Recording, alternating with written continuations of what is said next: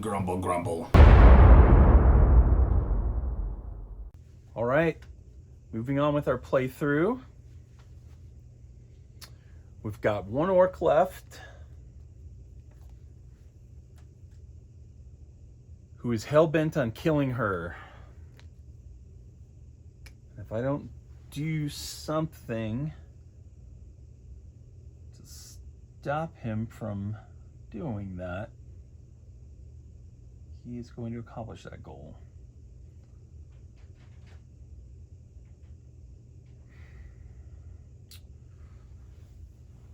Let's see, just in terms of movement, if I moved all the way back here,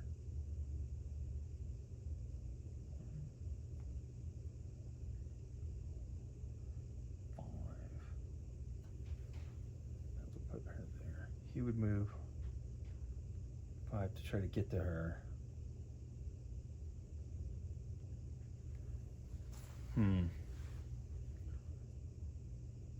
Because if I can force him to do the Dark Surge, he'll just target the nearest opponent. And I think that's what I need to do to protect her. So I think what I'm going to do is activate Nyx first.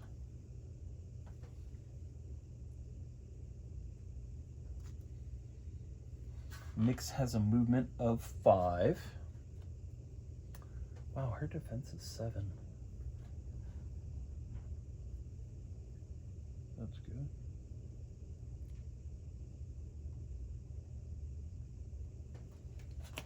Yeah, so she's gonna move.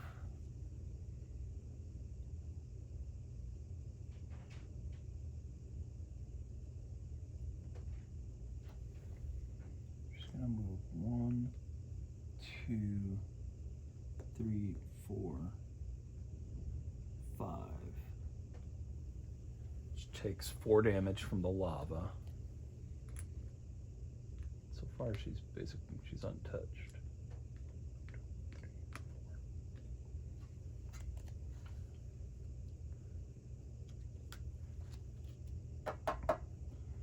And then she needs to activate big time. She needs to spend some mana. What can I do? 2 heroes charge 1 skill token.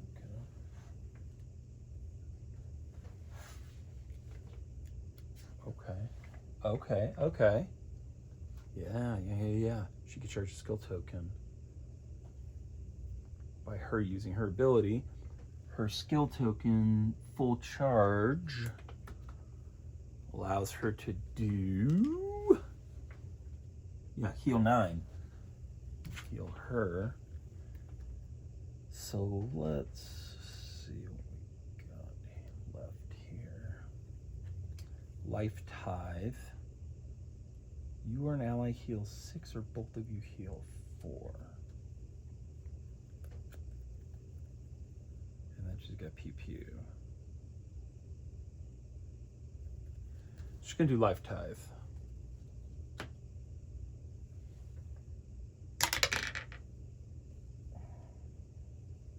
She rolls a 9,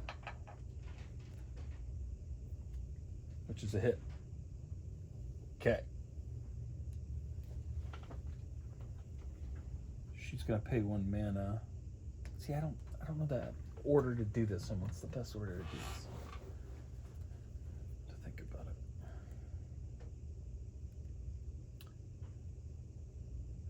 So we know passive goes first. If there was an ally within 3, first hit of your turn, you deal 5 damage.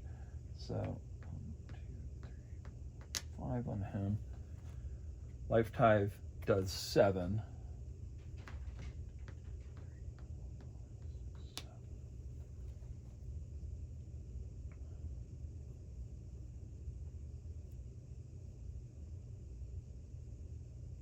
The effect of a Life Tithe, move 3 an ally.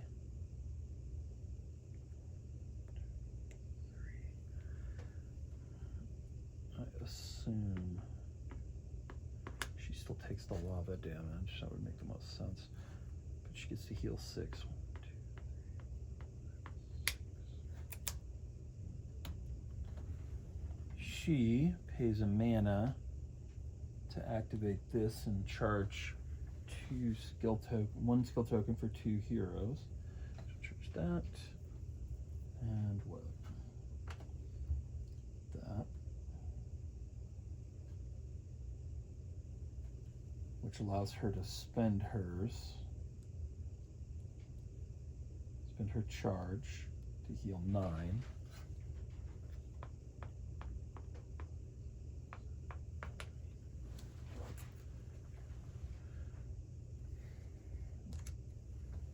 And we have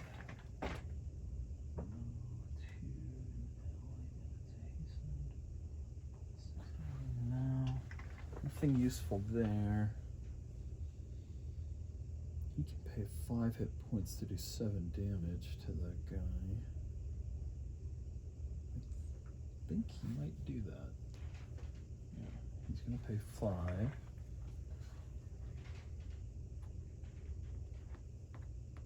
To do 7.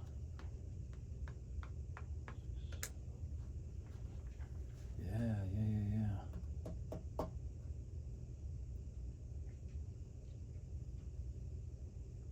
Okay.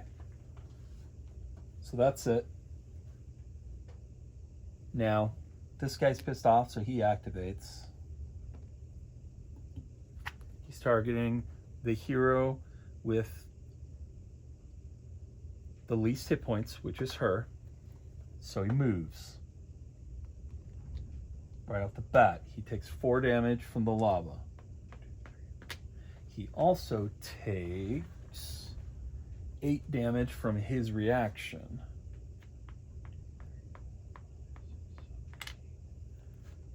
Takes him down to 7.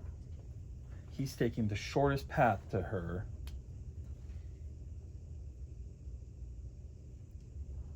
And what's his movement? 5. So he already moved 1.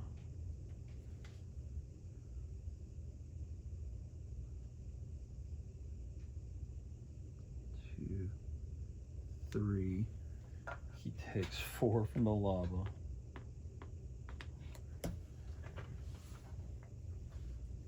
He pays a mana rage to do 3 damage,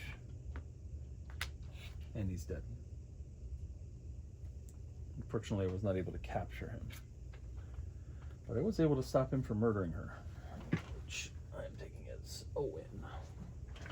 Again, the lava rule is a little confusing. It makes no sense for them to only take lava damage once a turn.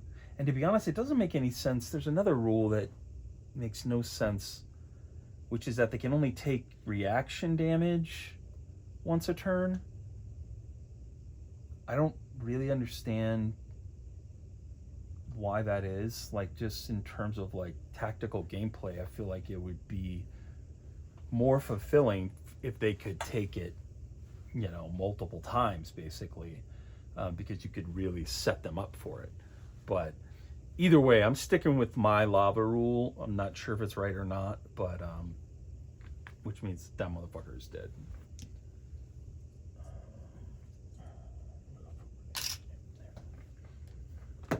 Wow, my door's down.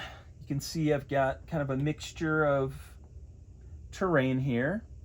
I've got walls and doors and furniture from the Warlock tile set, but then I did just decide to use the tiles for the terrain elements and the board. I like being able to track on the board, and it's just so much easier to lay these out than to do the custom thing.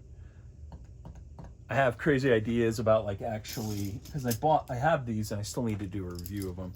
These adventure, I can't remember, what is that? Yeah, adventure terrain tiles.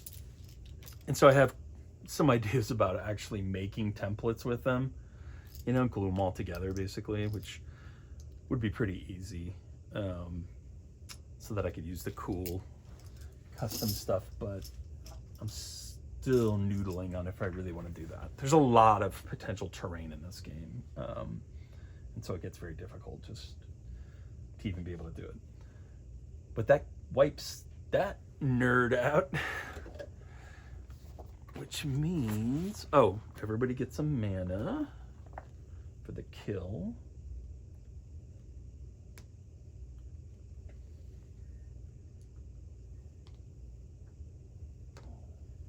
And he still has his charge to use on the next jackass who wanders by.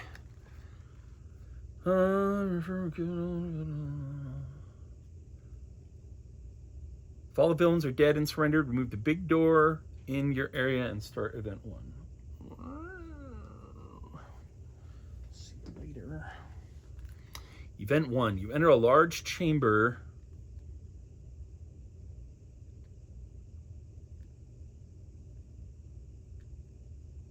Hold on 1 second. Do all heroes gain 1 every time you kill somebody, or is it just, was that just specific to that rule set? Is that just for capturing them?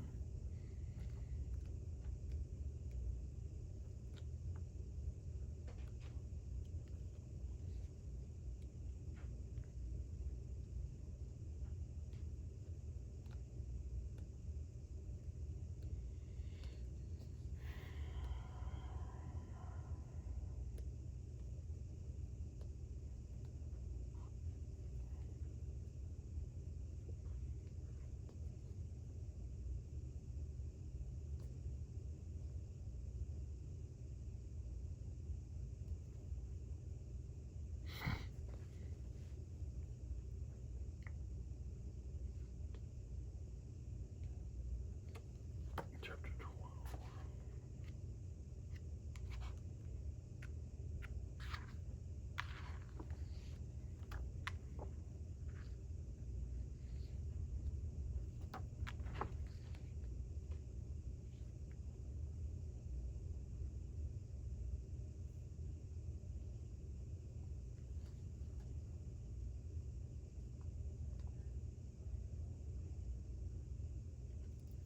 Do you not get a mana for a normal kill?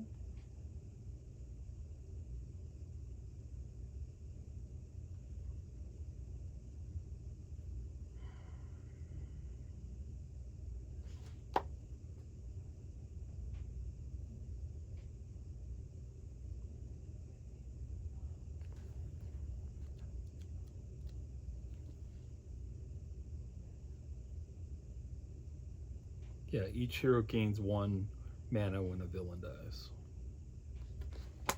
Okay.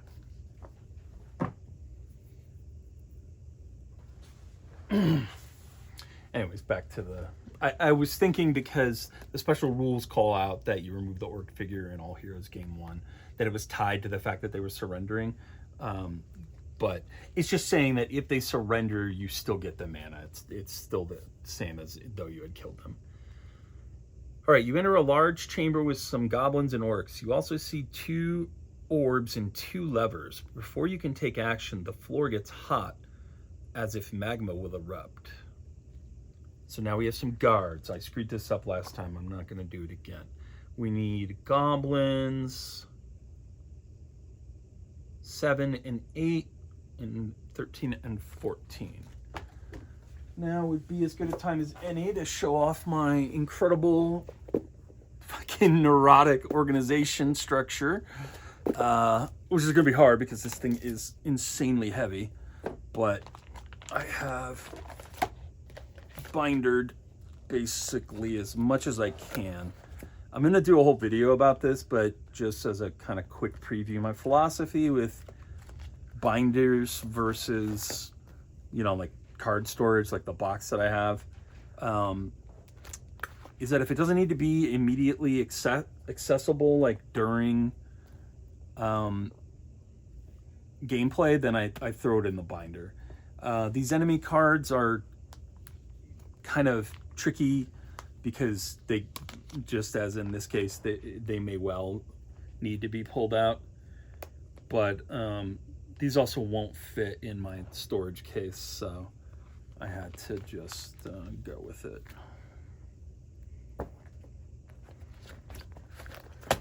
But you can see how easy it makes it to find, you know, that particular enemy card.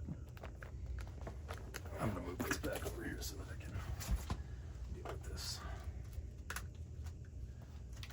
The binder is huge. I had to buy another binder, a 5-inch binder, because the one that I have was not nearly big enough.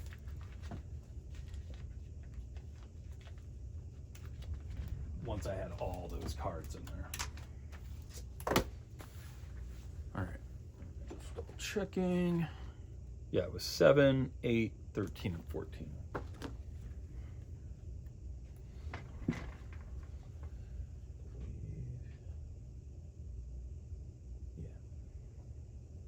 All right.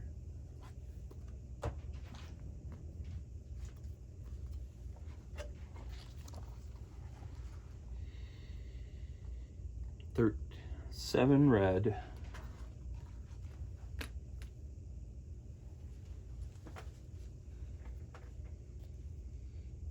8 blue. Oh boy, we're mixing it up. 13 red. Oh. That's the second time this door has gone down.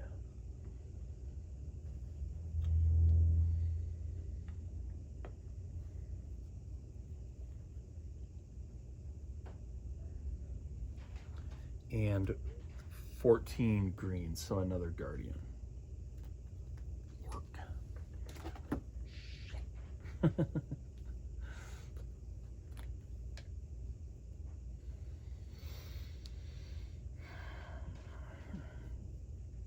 Okay, so I need 2 red enemy tokens, a blue and a green. Got the green already.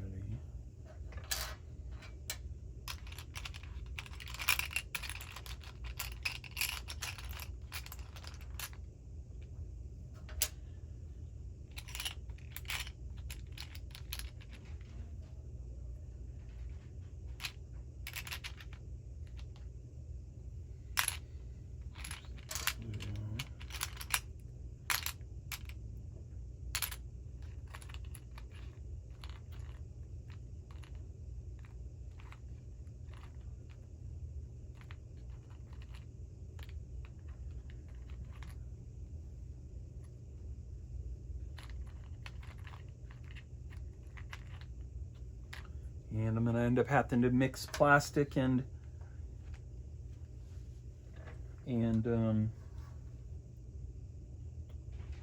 normal, I think. I think that's the easiest way to keep track.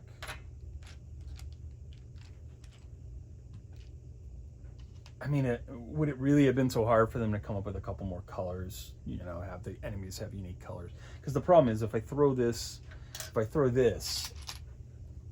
circular blue token out, for example, because I only have, you know, one hexagonal base for each color. So if I throw that blue circular token out and I have a shooter with me, I have to then remember that that specifically is for the enemy, not for the shooter. With this shitty cardboard token, at least I don't have to remember that. Damn, there's a lot of fucking enemies in here. Oh, he's getting 55. See, look, now this is just gonna like sit there right with the other red. If I stacked those on top of each other, it would be fucking impossible for me to remember who the fuck is who. 35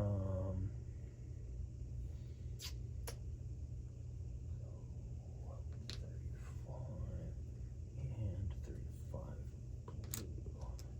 So I need, yep, orc.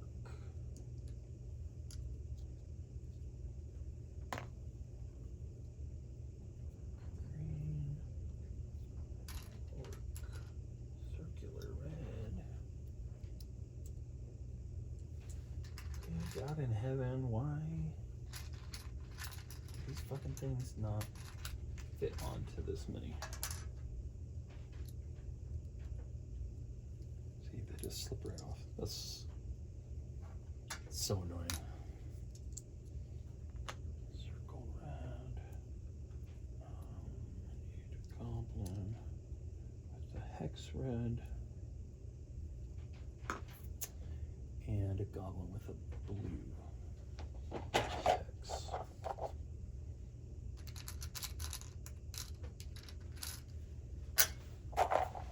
I've got my miniatures organized as well. Kind of. I'm happy enough with it for now. You can see, well, of course I grabbed the one that's not.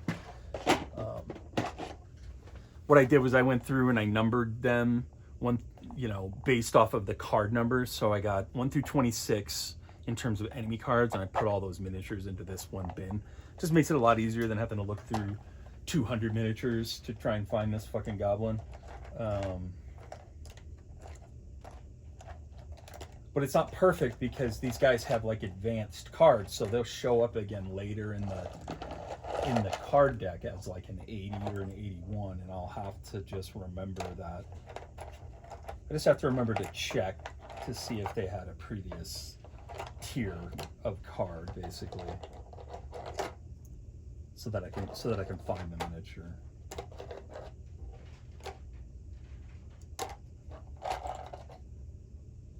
It's another thing. It would have been really easy for them to just number them, like put all the goblins together, number them 1 through 10, because really, what does the number matter? It's not like it doesn't have to reflect like their difficulty or whatever. It's not like the higher level guys have to be. It just would have been easier to organize. Okay, so there we go. Got our baddies.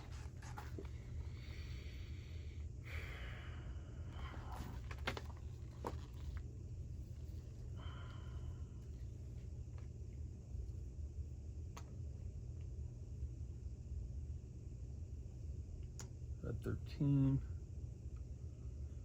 red 7, green, orc, blue gobbo. They are protecting the levers.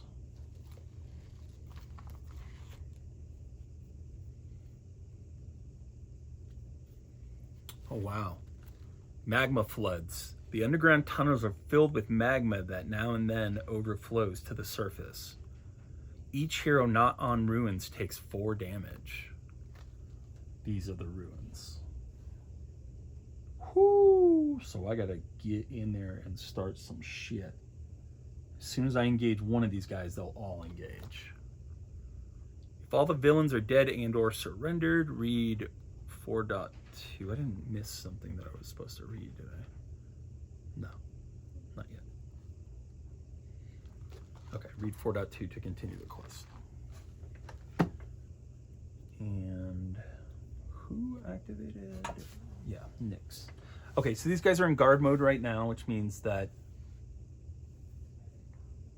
they won't activate until I trigger them, basically. The guard mode trigger. Yeah, cannot take turns and are shielded 6. Activates immediately, losing its shield if it takes any effect or damage.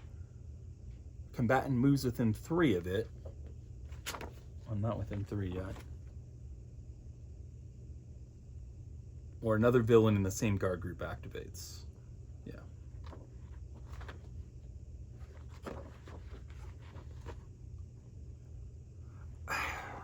This is weird. They show as guard 3. I don't know why. That number has no significance to anything. It's not the amount they're shielded or anything. I'm assuming that maybe there are these shitty little tokens, because these are all numbered with 3s. Well, at least some of them are. So I'm assuming that there's a little token to remind you, but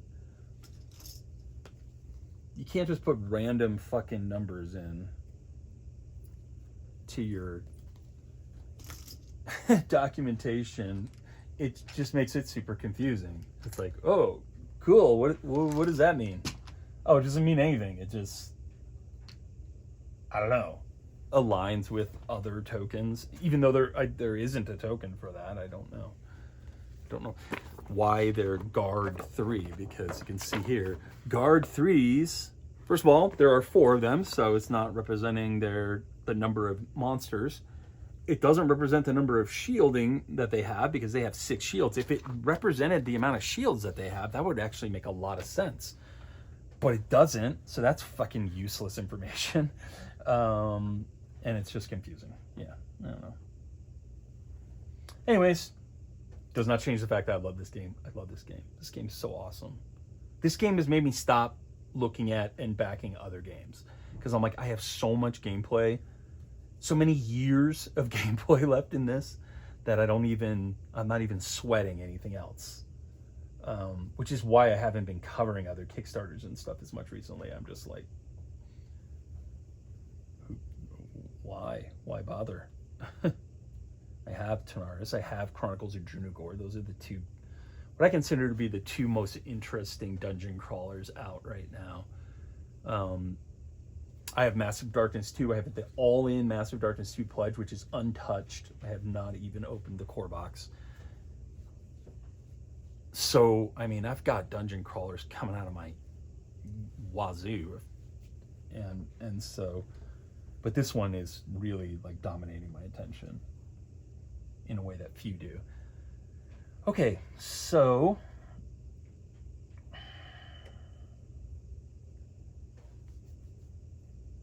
those guys are guarded. Nyx is already activated.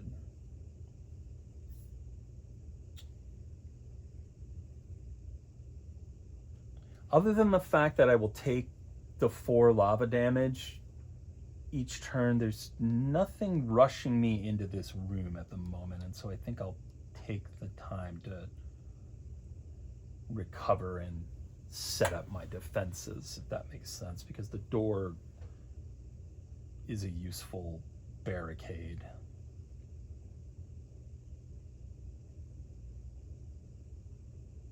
Who do I want to activate next, though? She needs much more healing. I don't think she can heal herself easily.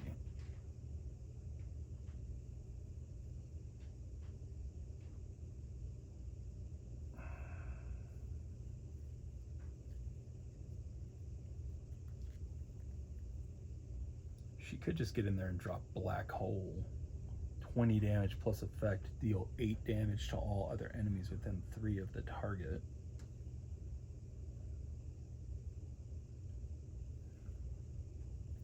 You do have to target an enemy, unfortunately. But there might be a way that I could get that to work to my advantage. Flames of Justice is really nice too, permanently blessed. Again, terminology, the word permanent, you can't use that word if it doesn't mean permanent, and it doesn't in this game. Because as I recall, permanent effects get overwritten when you cycle your cards. So it's not permanent. So don't fucking use that word. Literally use any other word but permanent, because permanent is a word that has a very specific meaning in the English language. God, I love this game. I love Dragori. I would love to sit down and talk with them about all this stupid shit and get them to fix it in their next game or their re-release of this, because it's just like really like common sense. I don't know, it's maybe I have an unusually analytical mindset or something, but this all just seems like really obvious to me. Don't fucking use the word permanent. Like, whatever you do, don't use that exact word.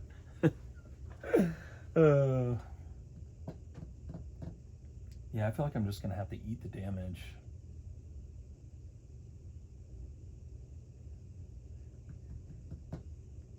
The 4 damage, because she's still all the way back there. I mean, the other thing I could do is I could lure these guys into this area. Now the first question is, do they not also take damage if they are off? Each hero not on runes takes 4 damage when the magma floods. That's not really thematic. If there's magma flooding up, why wouldn't it hurt them? they're not rooted to those ruin spots. I could draw them out. And if the magma flooding up wouldn't hurt them, would them stepping on lava hurt them? Yeah, obviously. Makes no sense. And I might just house rule that, to be honest, because that is fucking stupid.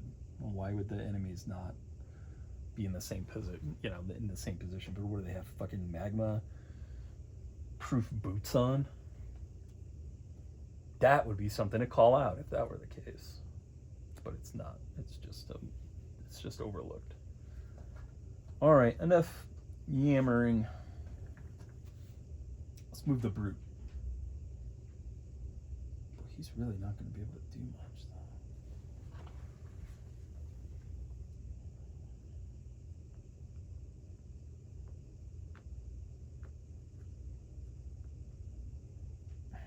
That's as far as he can even get.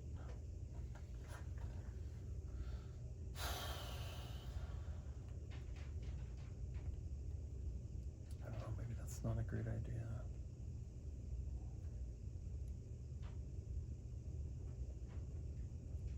The better idea would be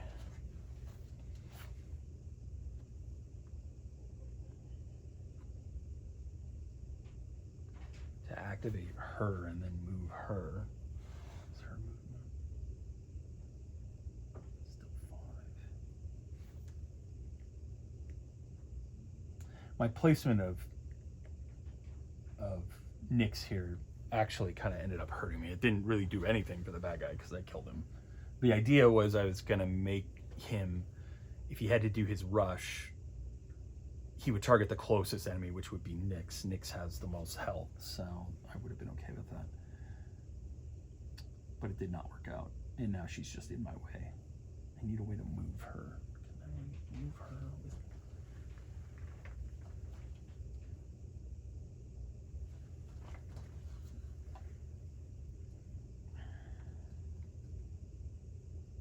Yeah, actually the bruiser moved to an ally and it is hastened. All right. But that means I need to not activate her.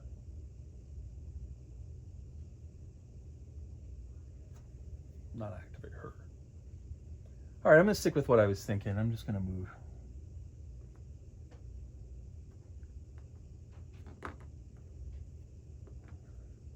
Move Herodotus up.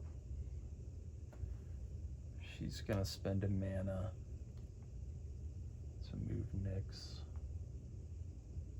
I think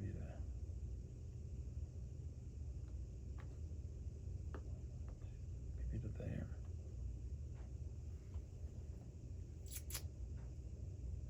And Nyx is now hastened.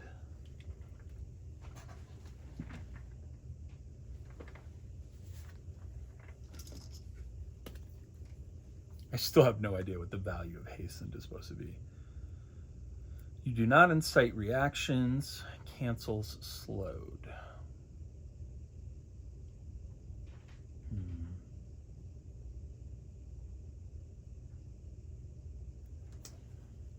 No value to that, really. I'm not even going to bother marking it on her. Herodotus can basically do nothing else.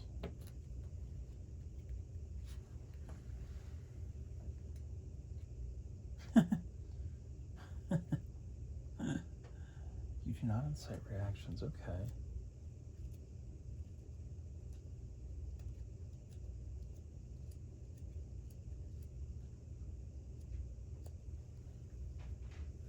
I think also Nyx will spend 1, pay 2 hit points to heal 4 an ally, and it is hastened. So she's gonna pay to heal her again. And now she's hastened. Beyond that, if I use Titanic Power, I could actually get somewhere with this.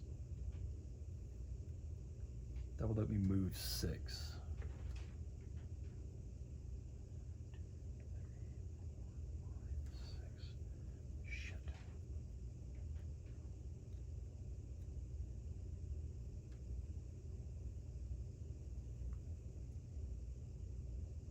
Can I take 2 move actions?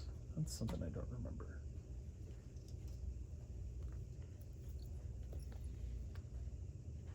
Yeah, you can do an extra move action.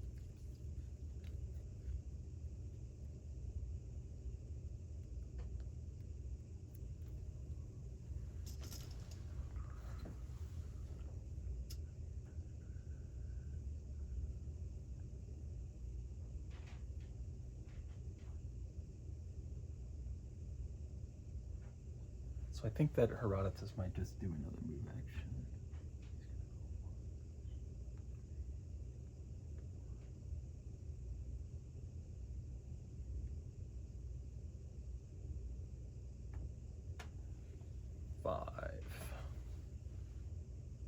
And he's going to take 4 damage from the lava.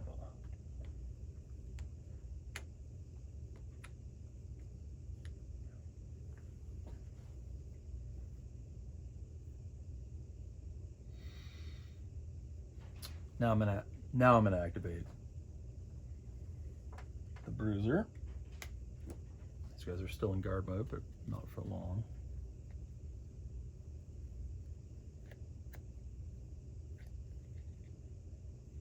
Black hole has a range of 2 squares. The benefit is you move 4.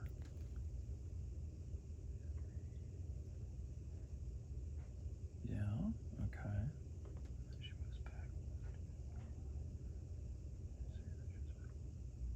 Okay, yeah. I'm gonna get creative here.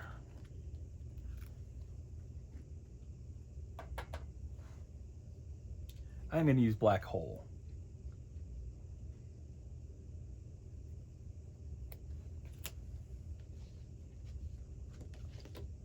I need to clarify the benefit because this is a move benefit, and I feel like declare your attack, you get the benefit of the drawback. Yeah, she gets that benefit right away. So she is going to do black hole. She's going to move 4.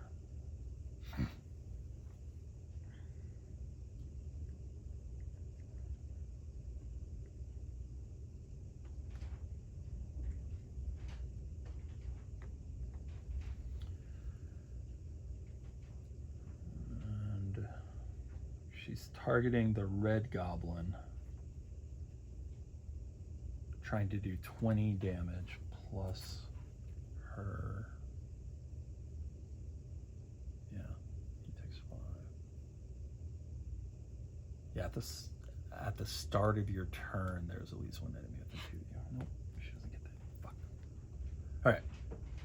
Yeah, she's casting black hole. She's trying to do 20 damage. Let's see. Anybody have any mana-based abilities that I want to spend?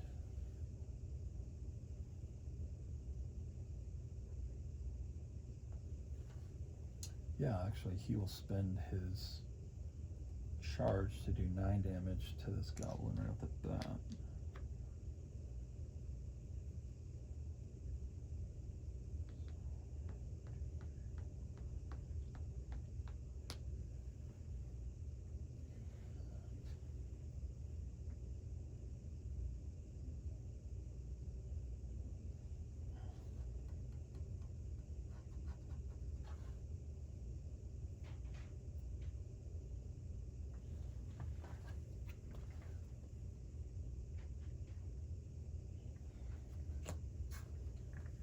Even better.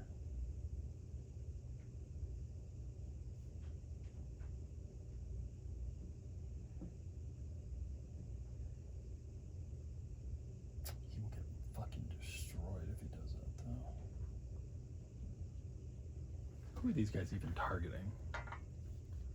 I'm still in the middle of her turn, but I'm trying to decide what kind of mana abilities I want to use. Because he spent his charge, but I don't think that precludes him from using a mana ability, and he does have, either he can just pay 5 hit points and do 7 damage, or he can run 5. It takes 1 damage for each. he runs. So he could run to here, get out of the lava, hit this guy for 5 more damage, which means if black hole hits, it will kill this guy outright.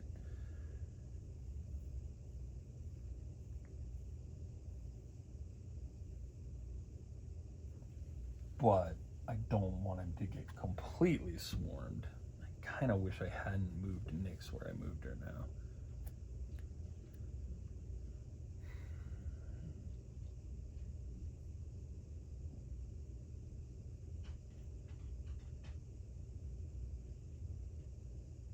Yeah, it might make sense though. Most mana, most hit points.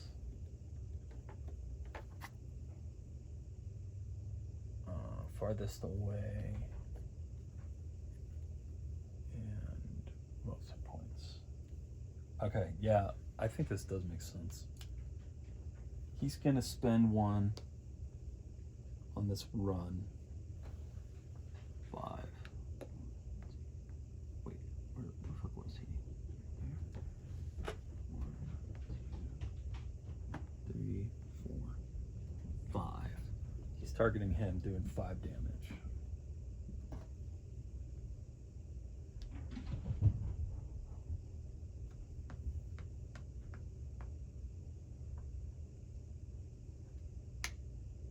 Shit.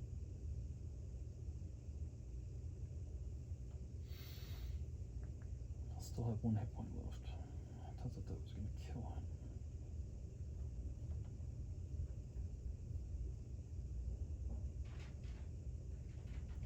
That's okay, I think I'll die anyways.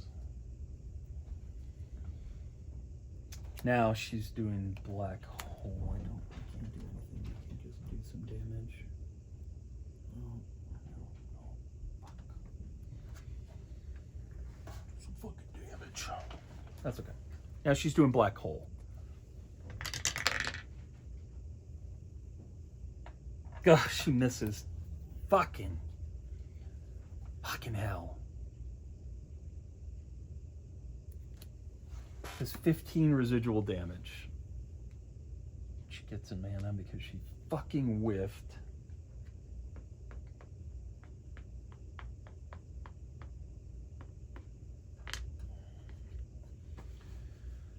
Shit. Now the guards are alerted. Damn, he was shielded too. No, he broke the shield as soon as she broke the shield as soon as she moved. There. And she still has a movement.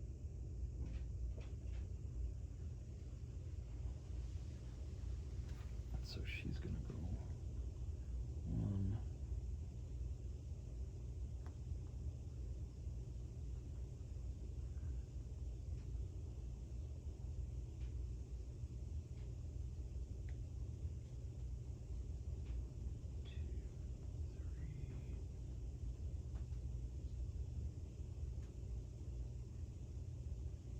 I'm trying to get her into that other spot there. I was hoping to kill this fucking guy and then she could take his spot. But that didn't work out. Fuck. Can't believe he's still alive. Fuck that guy.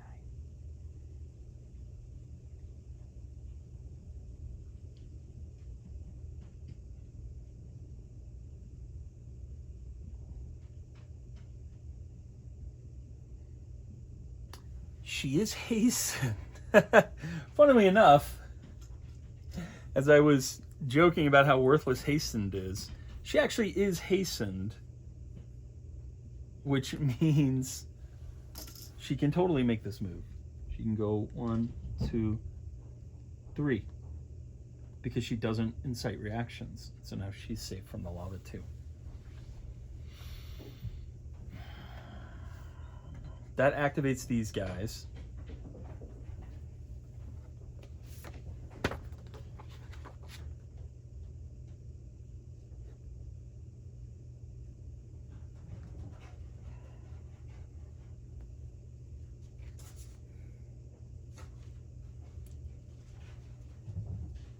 It says an activated guard must take its turn in the round. Okay. They don't all... Well, it says a guard activates, immediately losing its shield. If it takes any effect or damage, combat and moves within 3 of it, another villain in the same group activates. An activated guard must take its turn on the round it activated. That's punishing. So even if I don't attack them, and they would all be...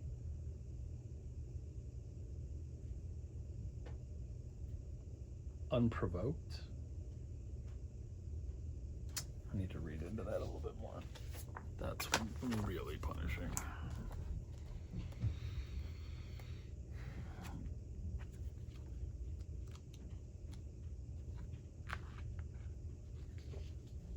Like, I mean, I guess they would.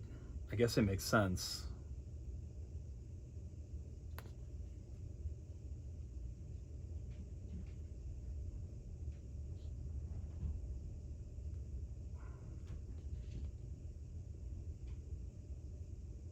Yeah. Well, yeah, why wouldn't they? Because the enemies always get to activate a return. Okay.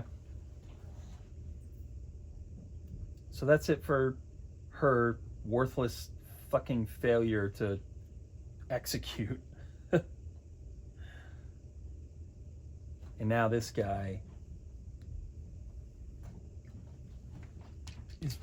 he was provoked, so he activates first. Now, he's only got 6 hit points left, and so what I'm looking for is to do 6 damage to him and kill him basically right away.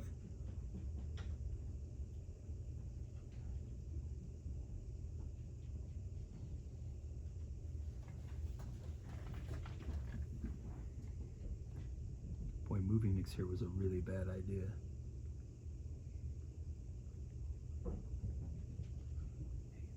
Just barely. Strong line of sight, make sure. Yeah. All right. Well, Nyx is gonna pay 1 plus 5 hit points to heal for an ally and deal 4 damage to an enemy. So she's gonna heal 1, 2, 3, 4. He's gonna take 1, 2, 3, 4, and Nyx is gonna take 1, 2, 3, 4, and then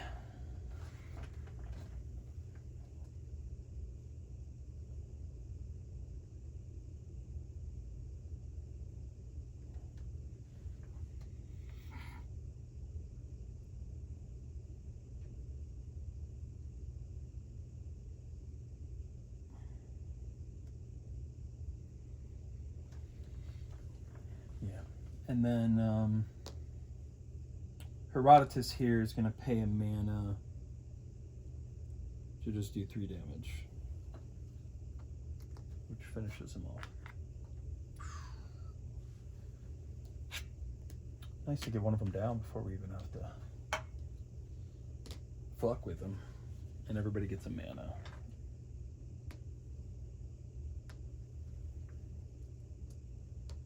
This system is one of the coolest aspects of this game. They make so many boneheaded decisions, like using the word permanent when things are not permanent, but they made so many great decisions. Like, this is the coolest way of getting around that anxiety or that analysis paralysis issue that I've ever seen, because you're letting the other people actively participate during enemy turns or during other players' turns. Very, very cool. So that wipes out that guy.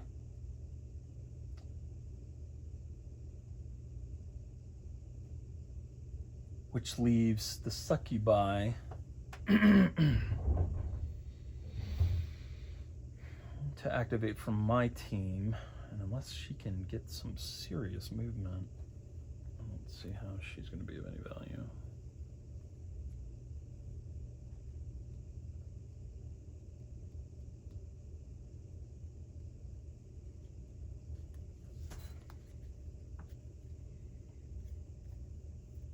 let's move her on her turn.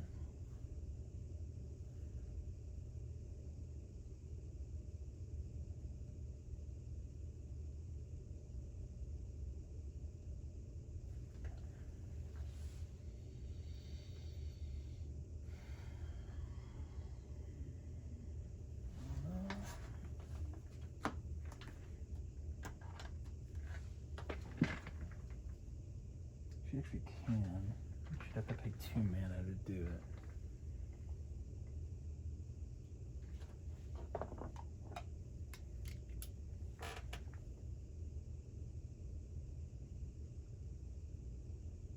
I would only get her 2 movement, which would get her safely like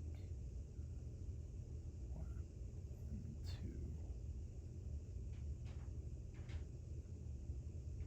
2. Best she could hope for is to get to there on 5.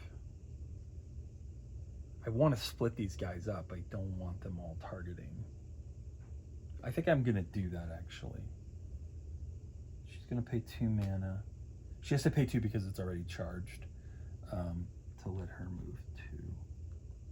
Then she's going to take her turn and move 5. 1, 2, 3. So she's being very careful not to walk over the lava. I can't afford to take that much kind of incidental damage.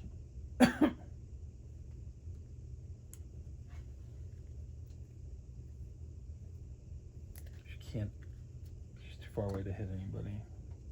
She wouldn't have line of sight. She can move again if I want to. Her hit points are not great either, though. I think she is... well... she has the most mana. So at least this green guy wants to target her.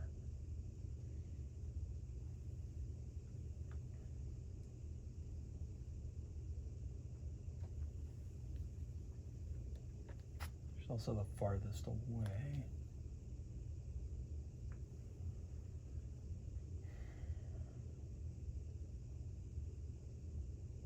Oh, I think she's good where she is. That's it for her. Which means it's the bad guys' turns. No particular order. Starting with the blue guy. Starting the farthest, the hero who's farthest away, he's got to move in a 5. So the first thing he's going to do is just move 1, 2, 3. Where? So he's going to move there.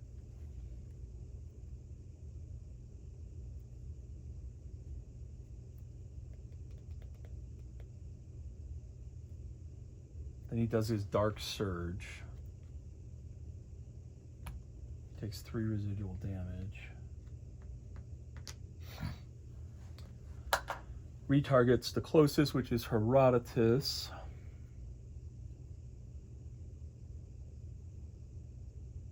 And so he will attack him. He will take reaction damage for doing so.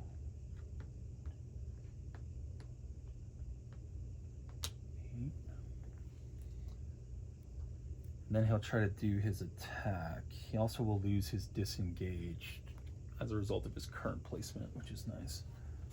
I wonder how much damage I could do this fucking guy on his turn. Next is going to pay a mana to... man, it's hard to read these cards. Yeah, heal 3 a hero. She's done a good job of bringing her back from the brink of death, frankly.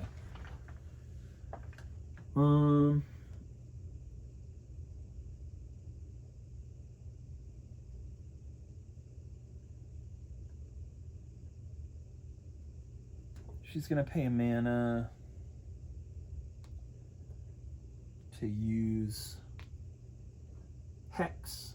So if the roll is odd, he will be distracted 3 and weakened 6.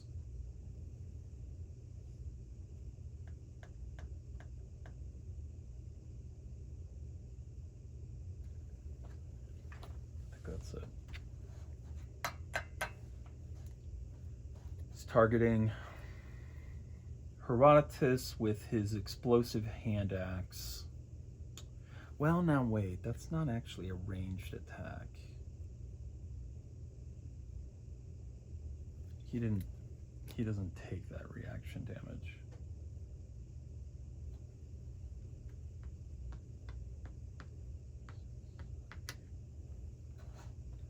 Yeah, this is a spear attack.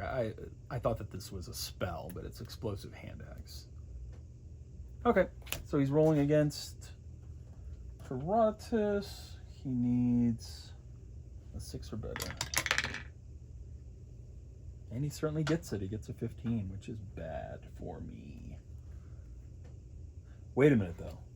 He gets a 15, which is an odd number, which means that this triggers. He is distracted 3 and weakened 6. Again, these numbers have no meaning. Like, I don't...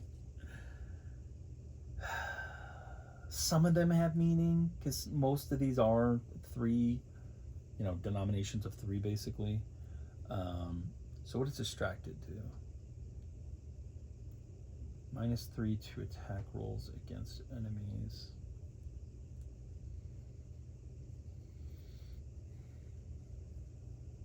Alright, so he's distracted 3.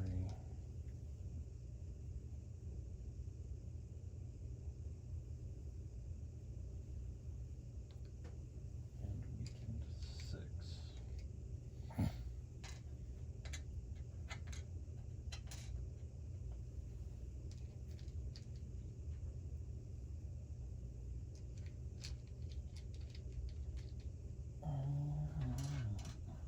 Oh, for fuck's sake.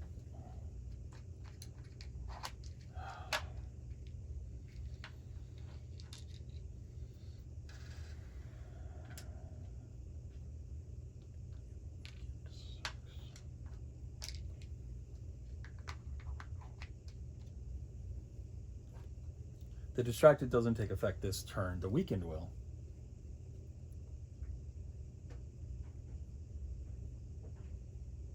Weakened deal -3 attack damage against enemies. Yeah.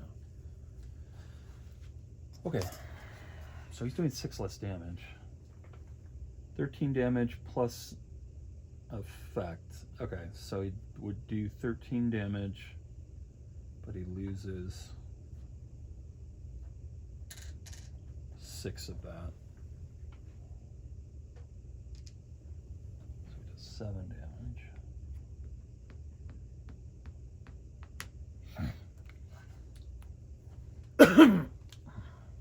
And then he has the effect blast 6. Heroes in one of the target takes 6 damage, so she takes 6 damage.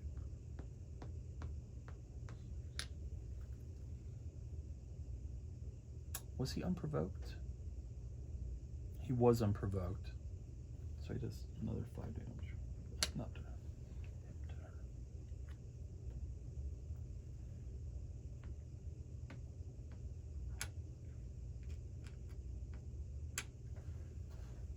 Yeah. But he doesn't get his disengage. No other villain is within one of the target. Deal 3 damage. 3, yeah, nope. No. You clumsy oaf. Alright. Herodotus is gonna end up fucking dead from this turn. These motherfuckers keep hitting.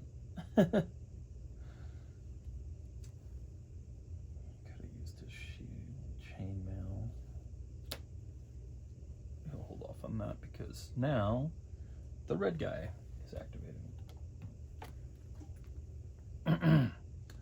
Targeting the hero with the most hit points, which is Nyx. So he's moving. Oh my god, I hate that.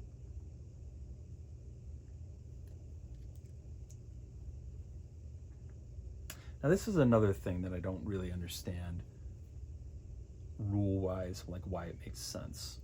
The rules specifically say that you can only trigger, retaliate, or react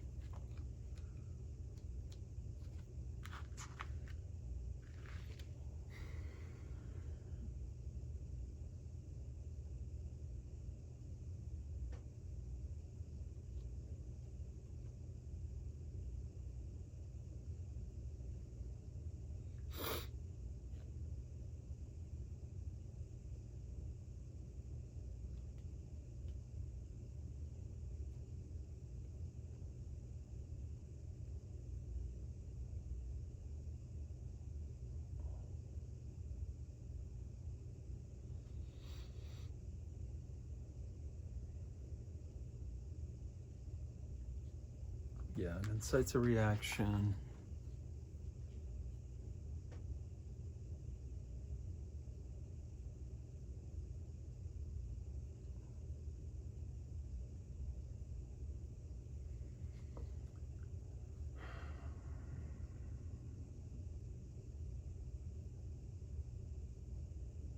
Yeah, once per turn, the first time it is incited.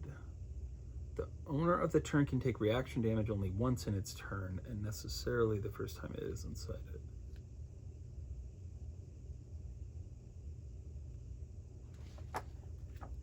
That doesn't really make sense to me either. It's the same as the lava thing. Like, why punish tactical decision making that would cause him to take two reactions, one from him, one from him? I don't really understand it. I'll stick with that one though, because it's pretty powerful. You could really game the shit out of that. So, fuck this miniature. 1, 2, 3, 4, 5. He's basically there. So he's going for her. And he takes the brute's 8 damage from that.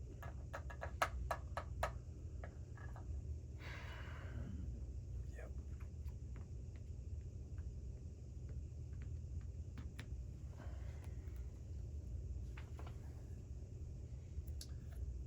He obviously can't get there, so he dark surges, taking another 3 damage, and then he just targets whoever's closest.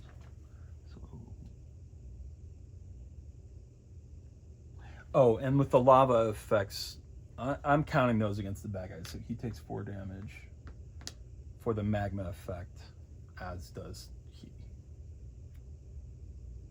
I'm just going to do it now so that I remember to do it at all.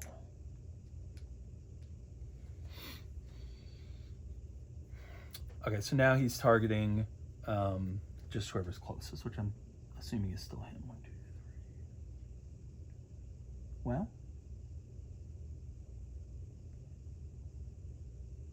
No, it's going to be her.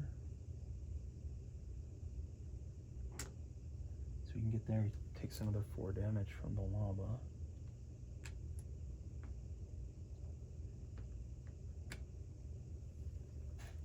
And he's attacking Nyx now. And the way I tie broke that is because he can still get to his preferred target. And since there was a tie, I get to decide.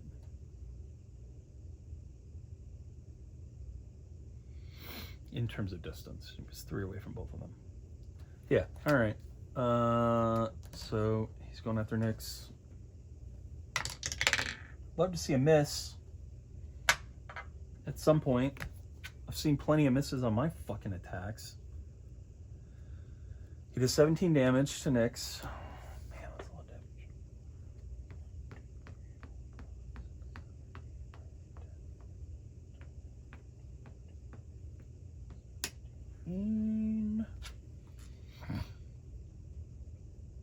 He has the effect push to the target. 1, 2. He was also unprovoked. So 5. But he does not get his isolation because there is another hero within one of the target. Her. So I suppose it could have been worse.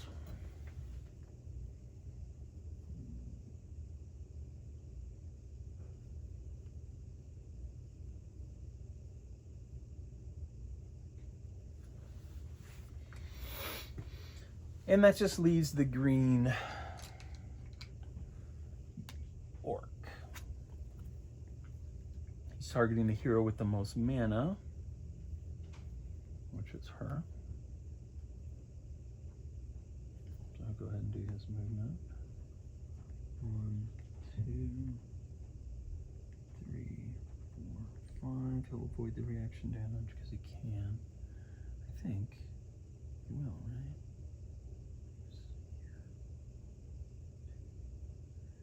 Gets him to the same spot, yeah. And then he freaks out and he's like, I need to target the person who's... He takes 3 damage as a because of Dark Surge, and then he turns and he targets him.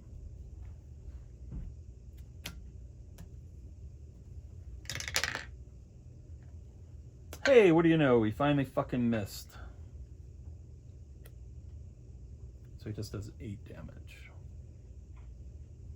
I don't even know where the damage marker for... Oh, I guess this is it. Yeah. And he takes 4 damage from the Magma Surge.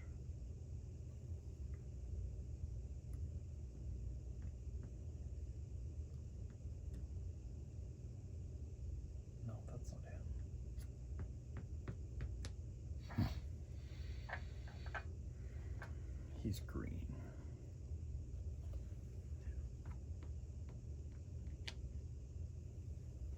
Did I already give him that damage? What did he start with? 60?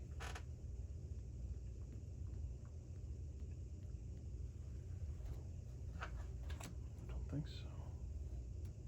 It's hard to keep all this shit straight. Yeah, that's it for him.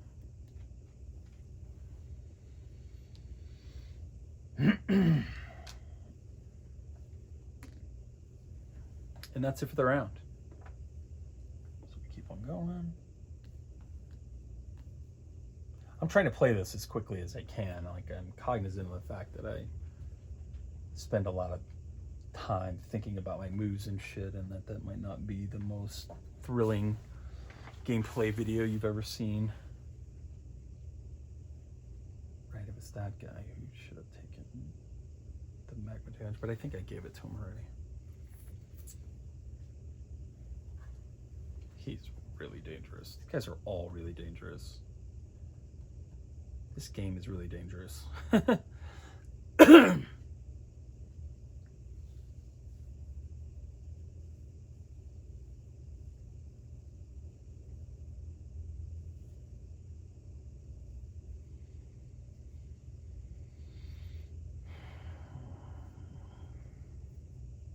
Okay.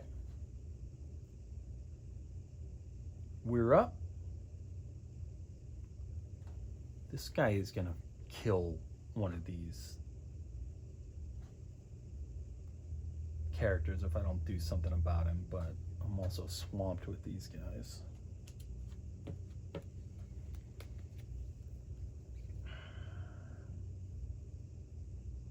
Benefit, you move 6.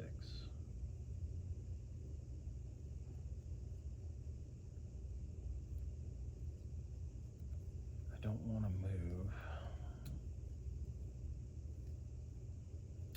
Giant form. 8 squares all enemies in a 3x3 area. 13 damage per hit plus the effect. You may run to one of the targets hit. Your primary attacks have +1 range and deal 4 damage to another enemy in 2 of you on a hit.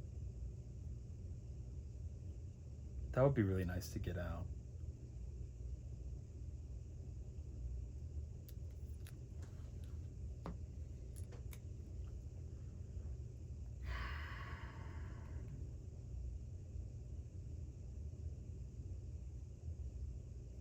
Yeah, I think I'm going to activate him. Well, let's just see. There's at least one enemy within 2 of you. Enemy takes 5. Might make more sense to activate her first, although she'll trigger the reaction. So will he. He'll react. He'll trigger both of them.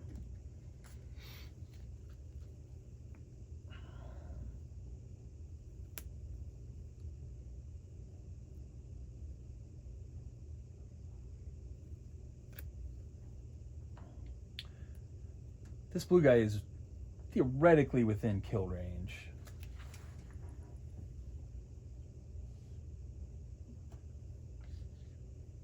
He's so close to within kill range. She can do 20 damage if she does Flames of Justice. But I already trusted her once and she fucking failed me.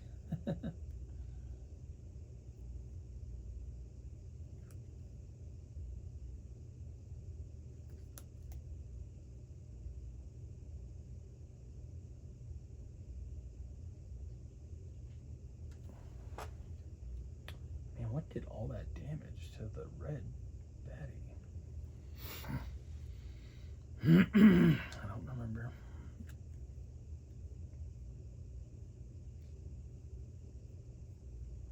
Yeah. YOLO. She's gonna go for it. She's gonna try and do Flames of Justice. Both her weapon and her armor are off cooldown. She's targeting him. He's within 5, so he takes 5. Or, sorry, not within 5. He's within... Start of your turn, there's at least one enemy within 2 of you. Yeah. So he takes 5 damage. Flames of Justice.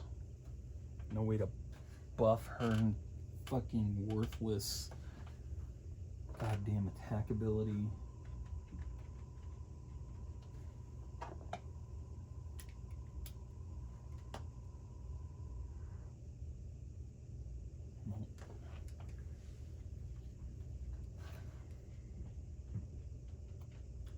Oh, she does have to move.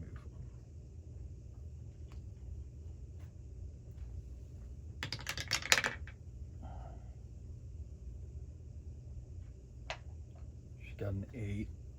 Doesn't look like he has anything buffing him. So I got 5 defense. Alright, so it actually fucking hits for once.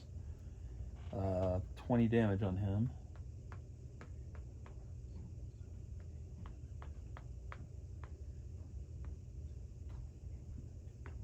Taking him down to 3, and then she is permanently blessed. Whenever you attack with blessed, if both your hits hit, you get 4 hit points back, which would be really nice. You could use some passive healing. All right, and then in the meantime, I would like to finish him off. Should be pretty trivial.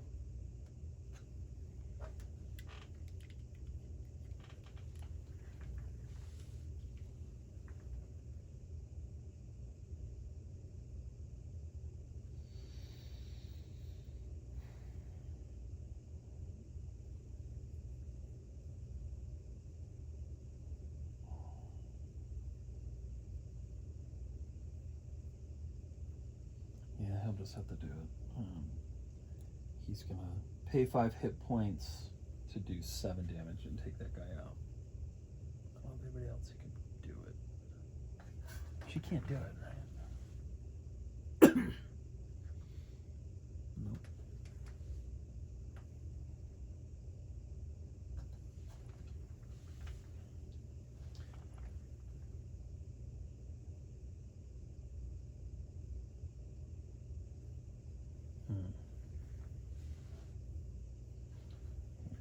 Not ideal, because his hit points are getting pretty low too.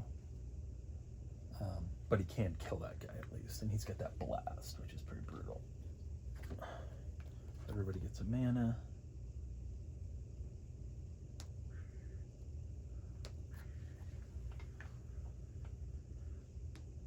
She had that already. And our mystic friend. Mystic Goblin, kind of sounds like Mystic Gohan. Huge Dragon Ball fan, Dragon Ball Super in particular. All right, so he gets iced. She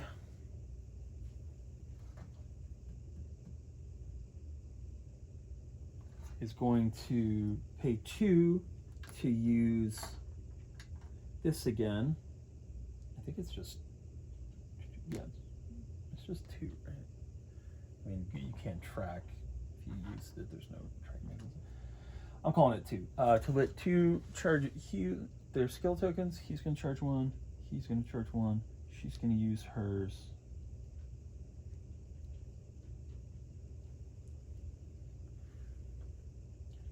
To heal 9.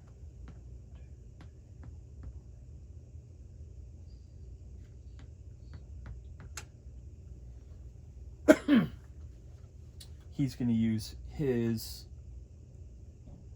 to deal 9 damage.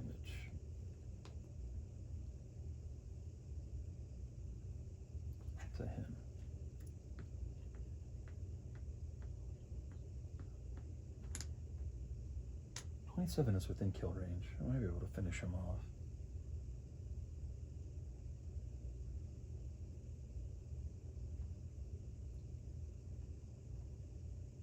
Perfect.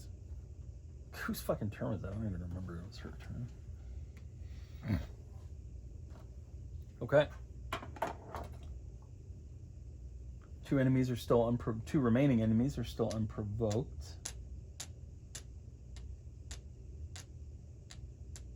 Maybe now it's time Herodotus. Unleash the beast. Titanic power, you can move 6. Would that do it? 2, 3,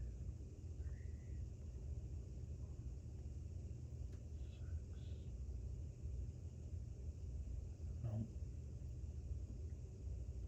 Can somebody else move him? Just a little.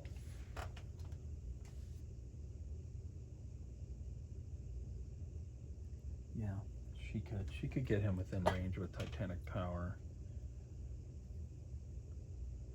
13 damage plus the effect. Target takes extra damage equal to the attack's natural roll. So he could one-shot even that red guy if that hit. What has she got in terms of one-shots?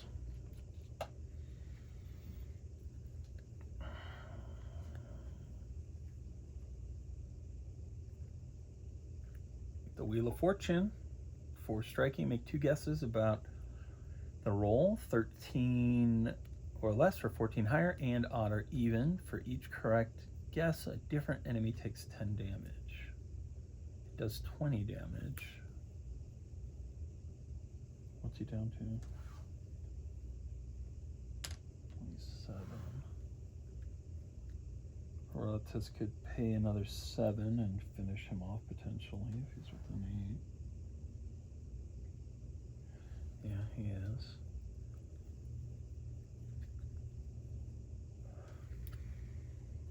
What about Nyx?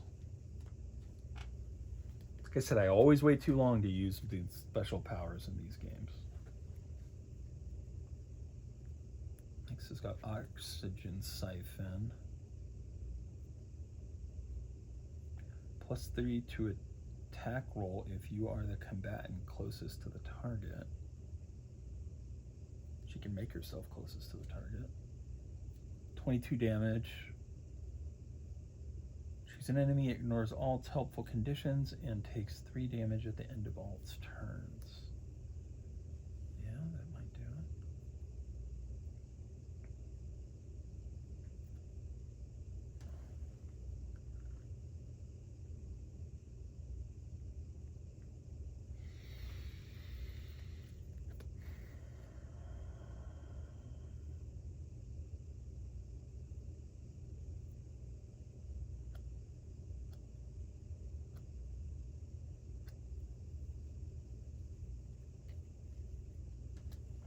Nyx has got the chance to one-shot that guy. I don't want to waste everything. Also, I do need to capture these guys if I can. The orcs in particular. And what is the capture mechanic again? So if they get down to 5? 3 heroes are within 1 of an orc with 5 hit points or less. It surrenders. Yeah.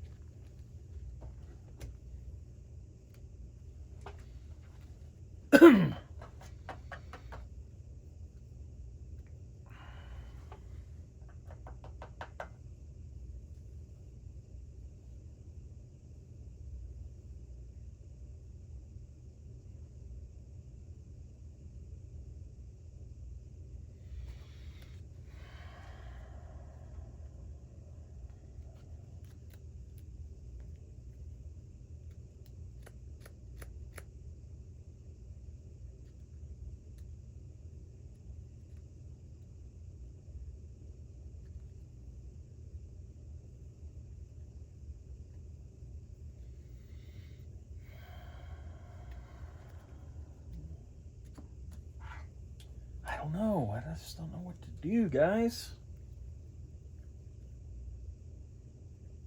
He's got the Titanic power to move him 6.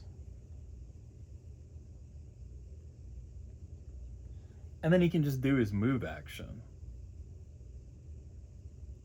Yeah. And if he uses Titanic power, then he won't trigger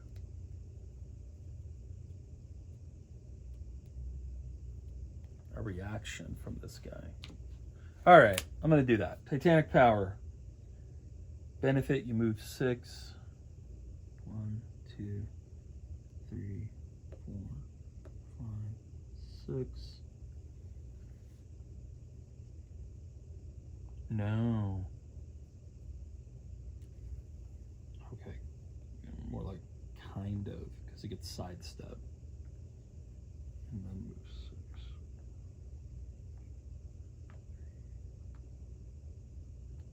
He could get there, but he'd have to take a little bit of lava damage.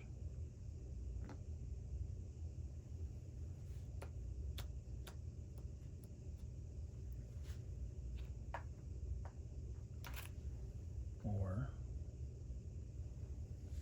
what is this fucking thing again? Yeah, move to a hero and it is hastened.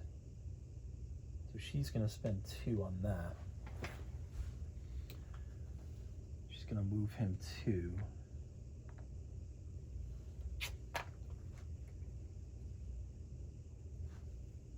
No, because I wanted that for Nyx. I want to try and capture this guy. He needs another way to move 2. I would prefer him to not take the reaction damage.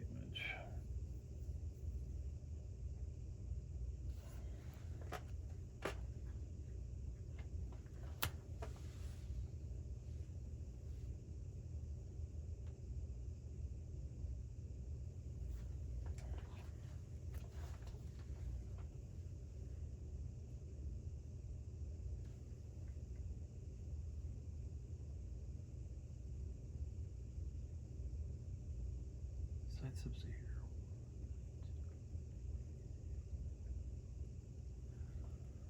Lava's brutal.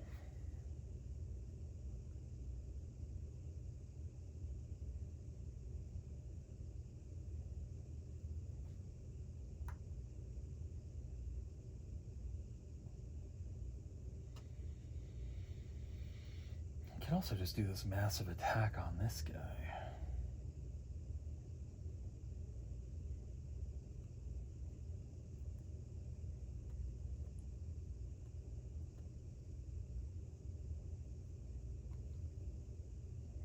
Really can't afford to take 8 damage for no reason.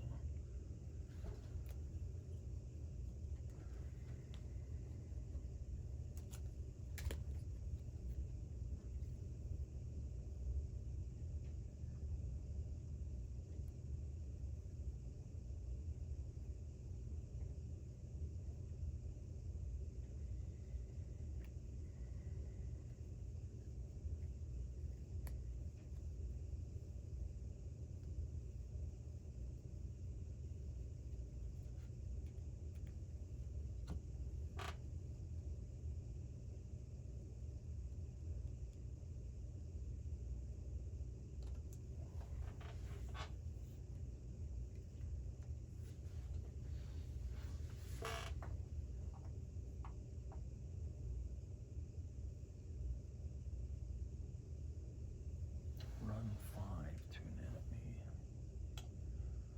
That wouldn't do it either.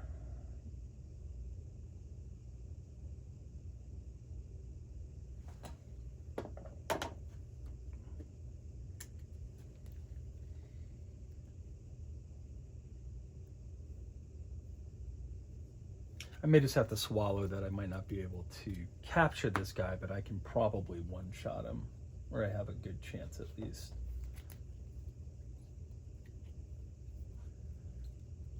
Because this could kill him outright. It does 36 damage. But it can also seriously weaken this green one.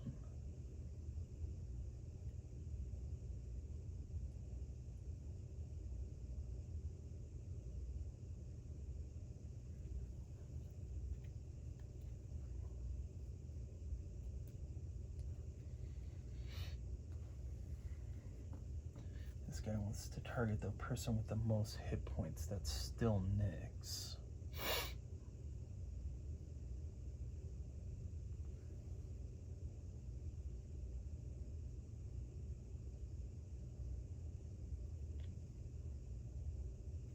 I think I'm just going to do Titanic Power on Green Boy here. I'm going to stop thinking about it.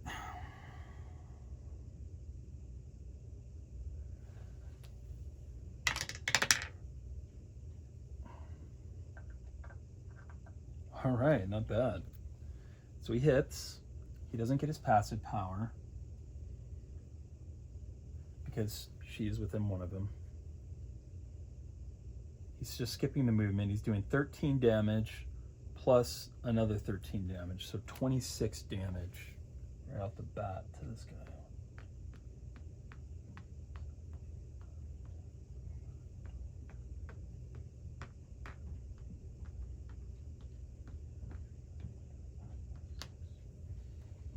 And that puts that guy within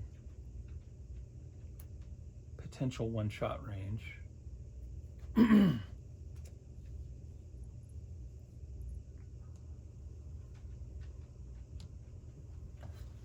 And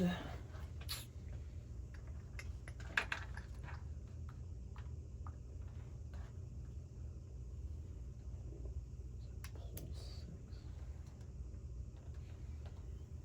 Now, well, actually, yeah, maybe that's what I do.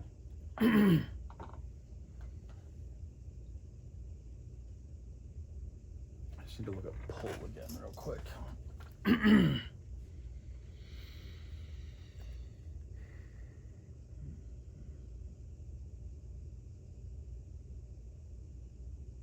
Move towards you. Yeah, and he's within 8, right?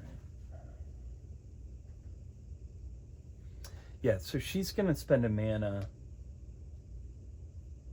to pull this guy 6. She's going to make him move there and take some more lava damage. 1, 2, 3, 4.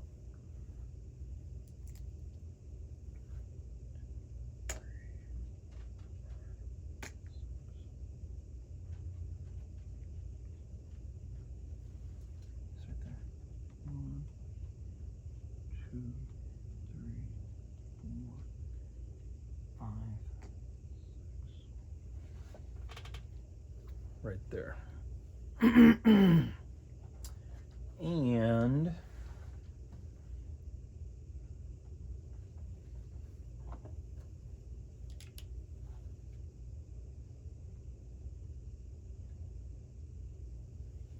she's going to pay 1 to heal him 4.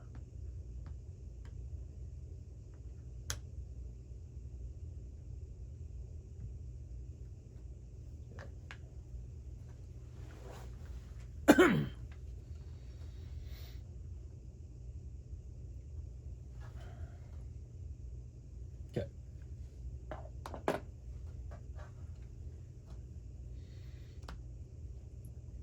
Now he's triggered. He wants the hero with the most mana. Great. That's perfect. Which is her. So he's moving 1, 2, 3, 4, 5, 6. He's taking 4 damage from the lava. 1, 2, 3, 4. He's taking 8 damage from the reaction. Brings him down to 13. Now, what can I do about finishing him off? He'll spend a mana to do 3 more damage to him. Puts him down to 10.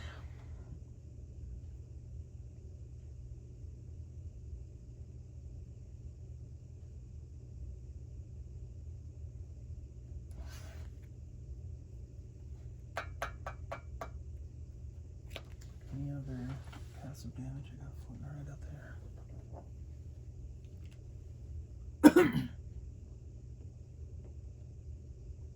Yeah, Nyx could pay 5 to heal 4 and deal 4. Taking him down to 6. I don't think anybody's gonna have enough to. Yeah, she could pay 6 to deal 5 to 2.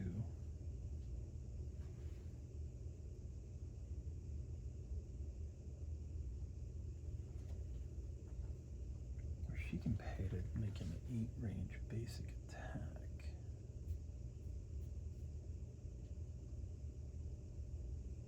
She could have done that before he moved. Again, I'm cutting myself a lot of slack because I'm doing this one-handed solo. Yeah, make an 8 range basic attack.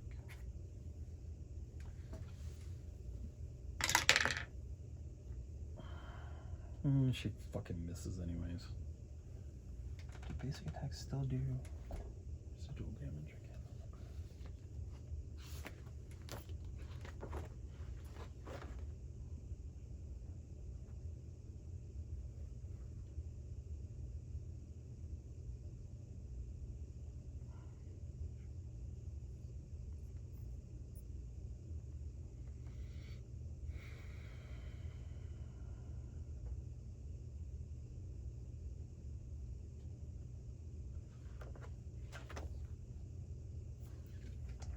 A mana back for missing. It's unclear if the. God, she is fucking worthless. I hate her so much. That's the 3rd fucking attack she's missed.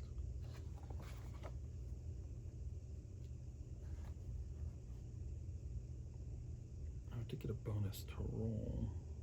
No, nothing happens on a miss. So there goes that idea. That was going to be super slick. I was going to finish him off.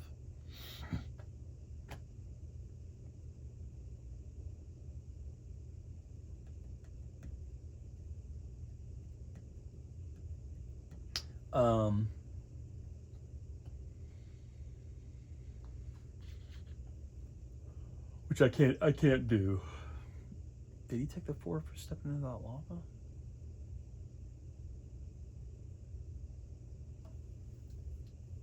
I can't fucking remember. God, I wish I could watch this back, like right now.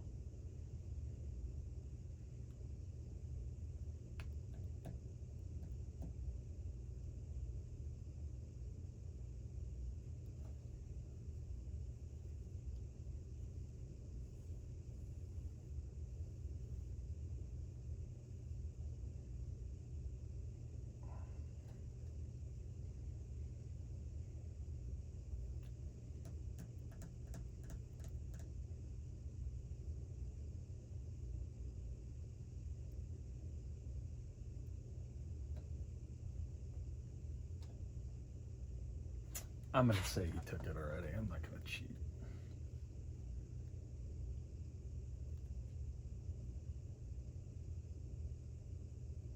What was he even doing going after her? The one with the most mana, but he's only got to move it to 5.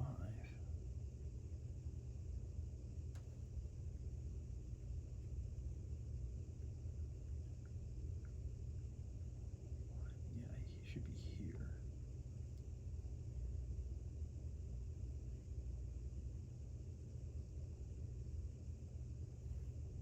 Then he Dark Surges, which does 3.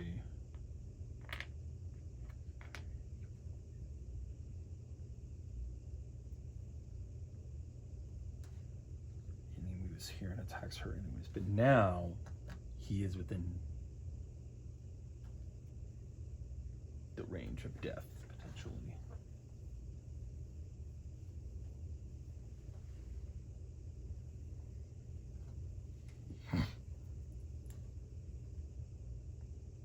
Yeah, so she's going to spend 1,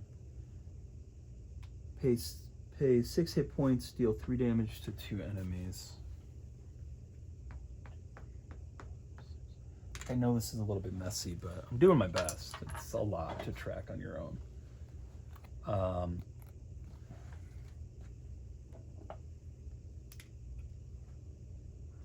Yeah, so she does 5 to him.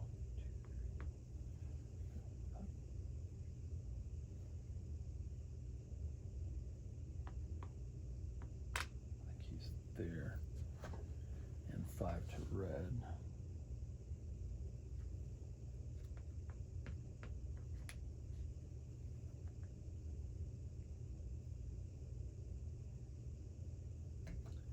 And Nyx will spend 1.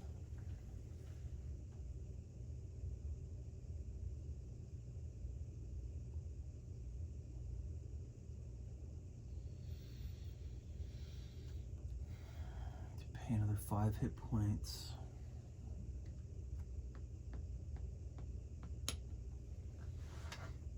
To do 4 damage to him and finish him off.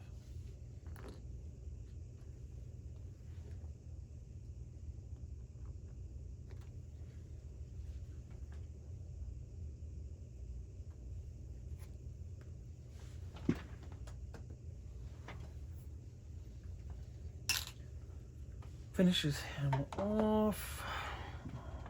Does 4 damage. And then she gets to heal. So maybe she'll heal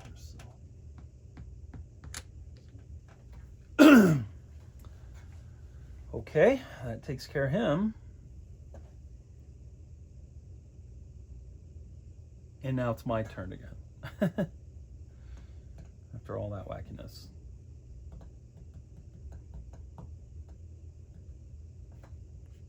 He can be killed. He's only got 18. All I have to do is activate him and trick him into going after. Yep. Going after her. He'll go for the person with the most HP. He'll take 8 reaction damage, taking him down to 10. So she just has to do 11 damage.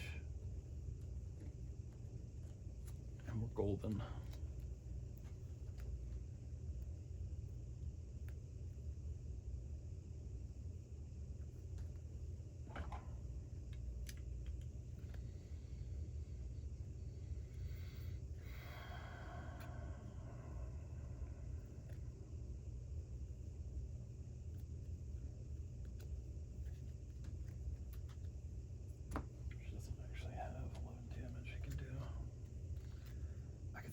I could still get the kill just by luring him into the fire.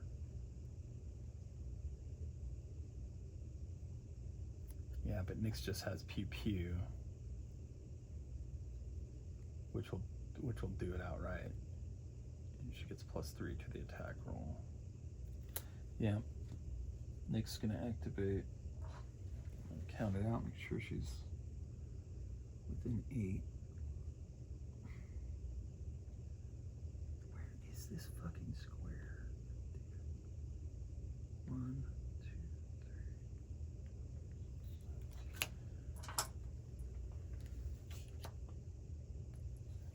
3. Yep. Nyx attacks. She just needs a 4. She gets a 13. She does 7 damage, plus the effect does 6 damage, kills him.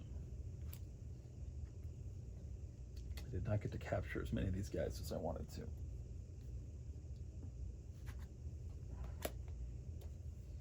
Well, she does 7 damage plus 6 damage. I mean, technically.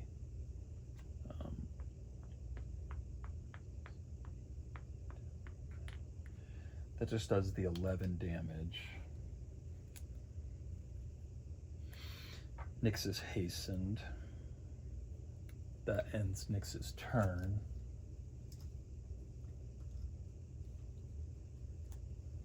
And then this guy he activates and he moves towards her and dies from the reaction damage. Just so we do it technically right.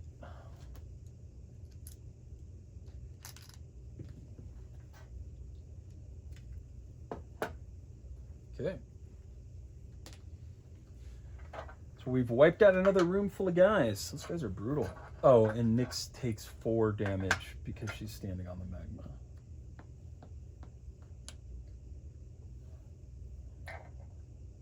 He is definitely activated. She's the only one who still hasn't activated. But we need to read our quest log. Let's see what happened. All the villains are dead and were surrendered. Read 4.2 to continue. Okay. Now we're getting somewhere.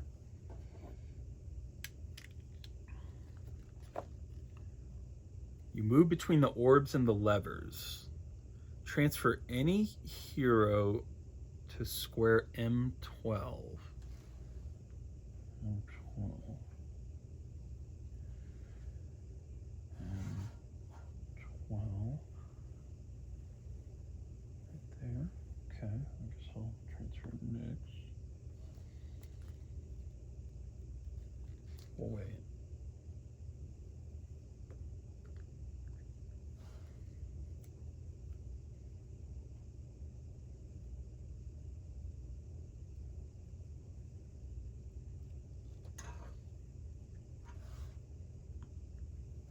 There's an order in which you have to activate these things.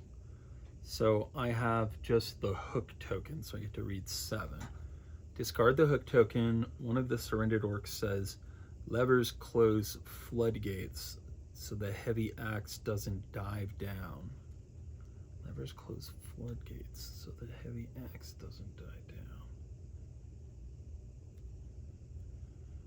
Go back to 2. Once you've read all the information, go to 3.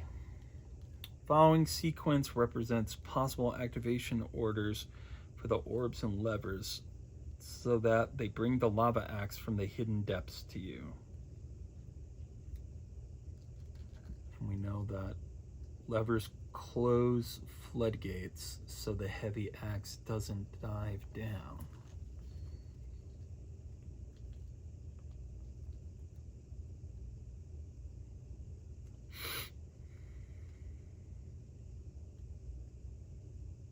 So I have to choose a sequence here. Red orb, right lever, blue orb, left lever, blue orb, red orb, left lever, right lever.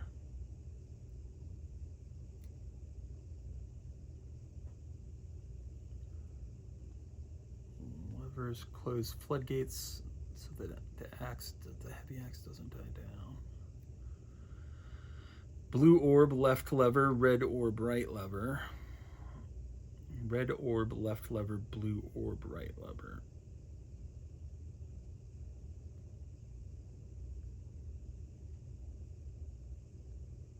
Red orb, left lever.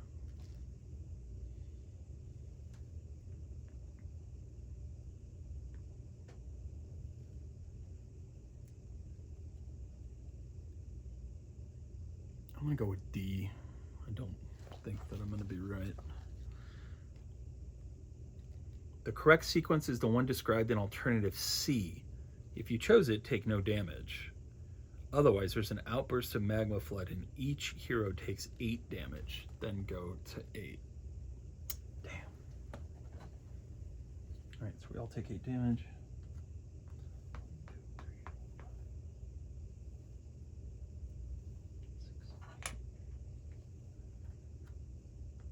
1, 2, 3, 4, 5, 6, 7, 8. From 33.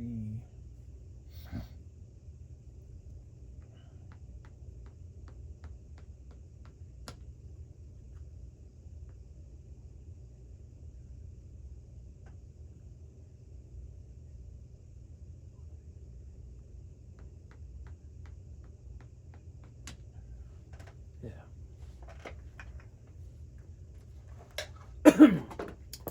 Oh, and we all got a mana. Killing that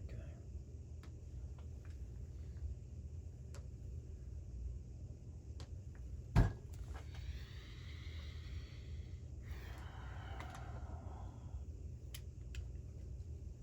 After you activate the orbs and levers, there's a big magma flood. When it returns to the depths, you see the lava axe on the floor. Choose a hero and put an orc figure on its hero card. This hero has the lava axe. Double all damage dealt by all of its attacks, including all modifiers, such as weapons, passive, conditions, and other effects. You see a squad of Iron Hand soldiers. Sergeant Breet is leading them and says, "So, you thought you could claim the lava axe? With that, I can lead the orc tribes. I can pillage cities and become one of the wealthiest in the empire. Give it to me now." They approach to attack. Resume the quest and begin event 2. Who do I want to have this mighty lava axe?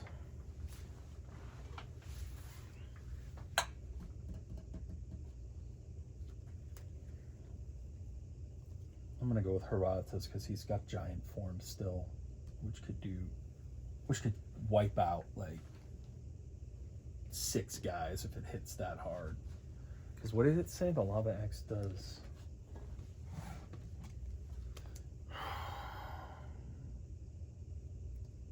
Doubles all damage dealt by all of its attacks, including modifiers such as weapon, passive, conditions. So, yeah, that could do an insane amount of damage.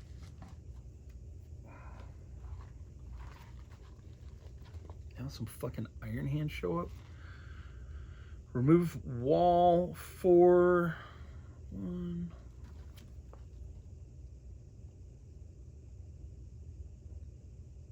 Well, one thing I don't understand is how do you open doors in this game?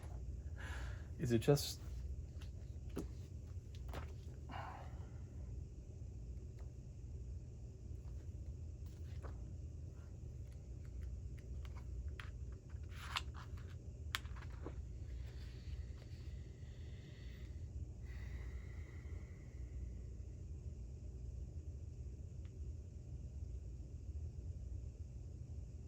yeah, spend a movement point and declare that you're opening the door. Because there's this chest here. There's also whatever the fuck that is. And they made a point of having me put a quest item there. But I don't see anything that indicates what that... Oh, Cordal's hidden treasure.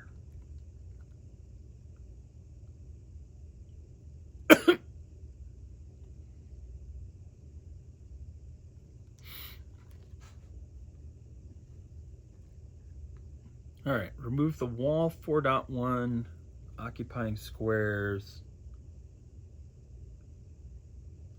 Remove the wall, occupying square, I-12.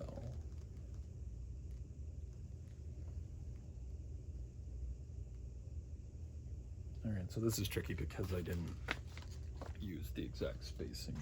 Did I? Yeah. Yeah, so this. That makes sense. That's perfect.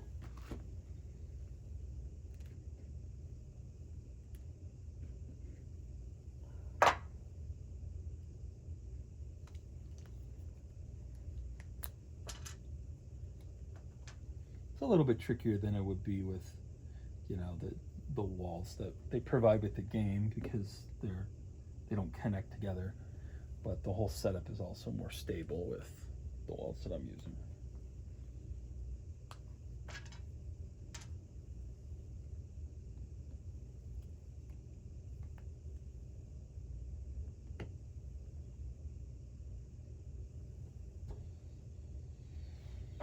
Whoosh. Walls come back.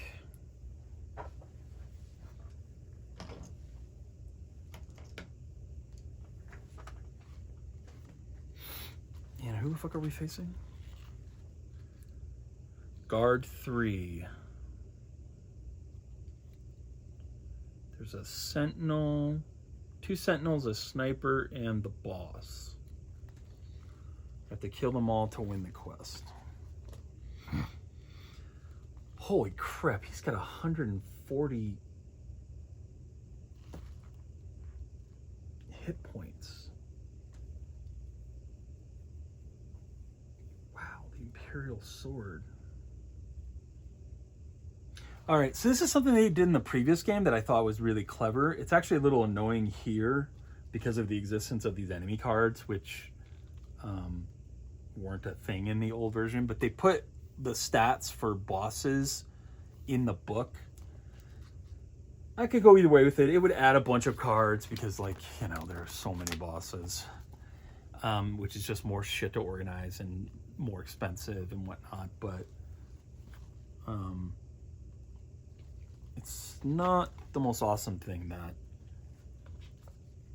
now, on top of all the enemy cards that are out, you have to remember to reference this book too. Sentinels, 19 and 21, a sniper. Okay.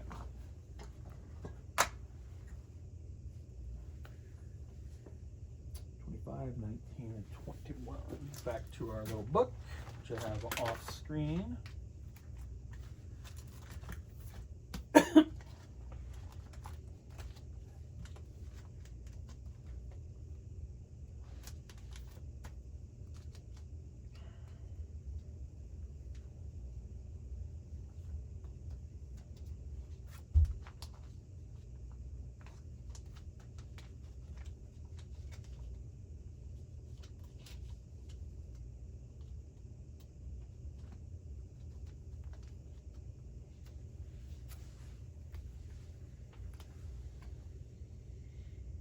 No, 1925. 21.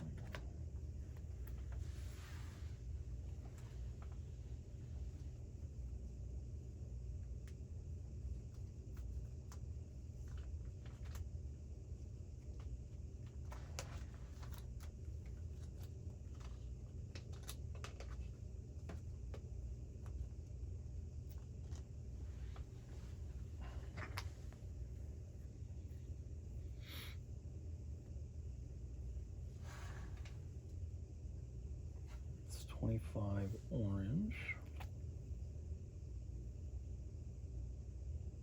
Sniper. Whoops. What is that, like the 8th time I've knocked that same fucking door over? So he's gonna need that base. And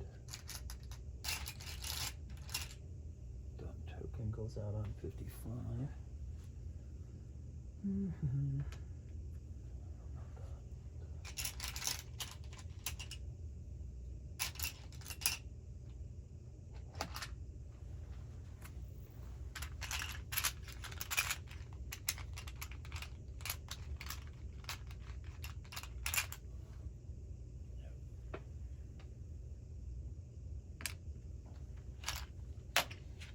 We've got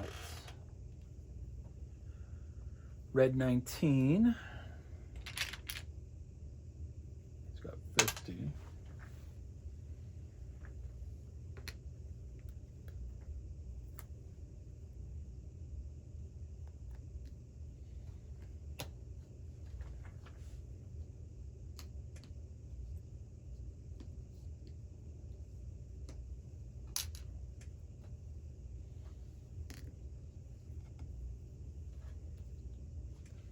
And we've got blue 21.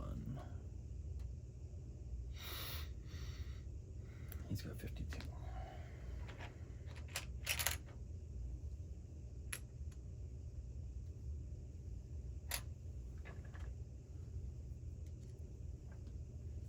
So blue 29, 21. Red 19.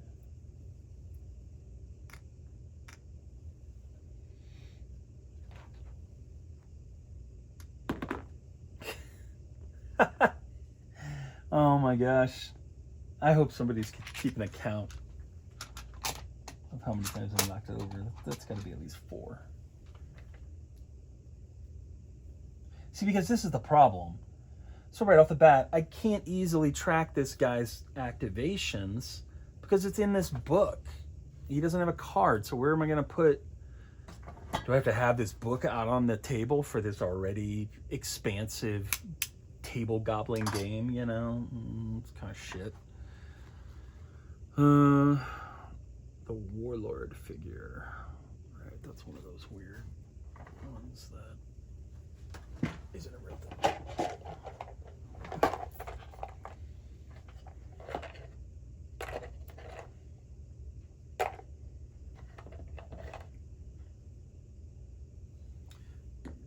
This is funny too, because in Tanares Adventures, they included the villain pack, which comes with unique miniatures for all the enemies in Arena of the Contest.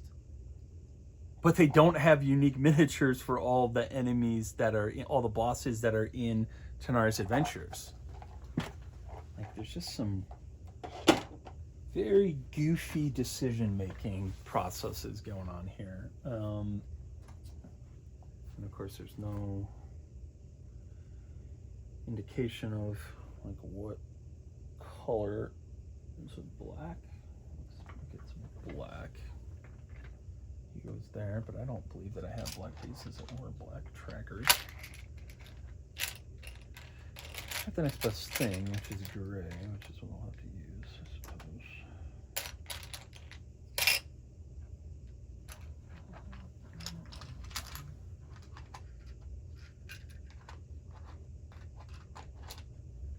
And he has 140 hit points. The board only goes up to 70.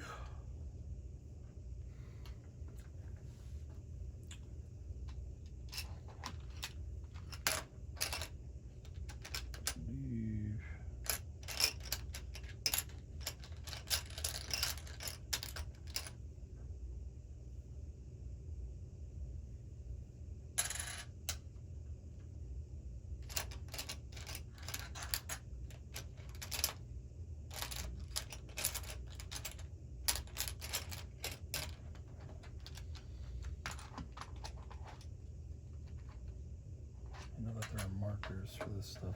I also have my 2 first aids, which I have not touched.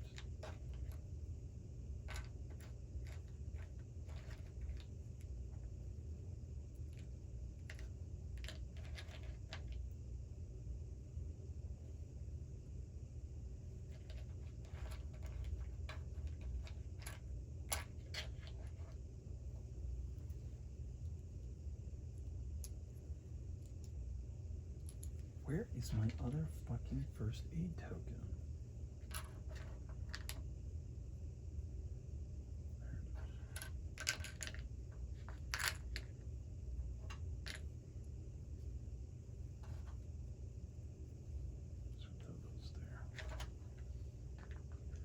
All right, so yeah, there's these tokens that have a plus 70. I'm just gonna put that on top of the token that I use for him. So he's right there, and he's gotta go around twice. Wow, that is an insane amount of damage I have to do. Once we get him by himself, should be easy enough, but still.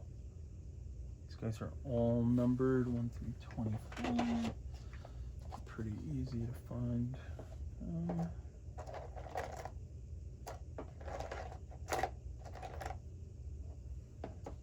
How's the Guardians? I remember those guys.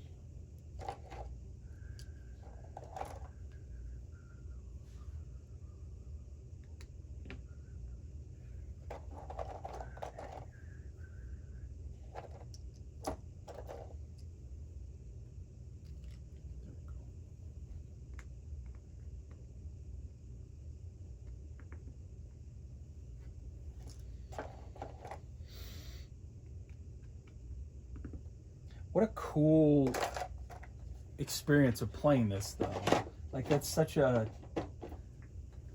like a D&D, like a fantasy trope. The wall pulls away, and then there's the true enemy, and he's fucking pissed because you stole his precious weapon, which Big Boy here is holding. I think I'm gonna call it there for now. I don't think there's anything else I have to do in terms of setup. One thing I know I need to do is get to these fucking treasures, because I need the healing.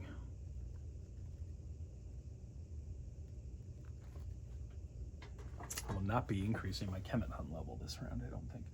But yeah, that's where I'm going to stop the gameplay for now. I hope you're enjoying it. I'm really enjoying this. This is so fun. This game is fucking amazing.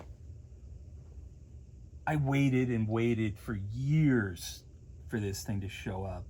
And when you get to the point where it's years, you always start to question if it was worth it or not. But I don't think I've played a dungeon crawler that I enjoy more, just like moment to moment.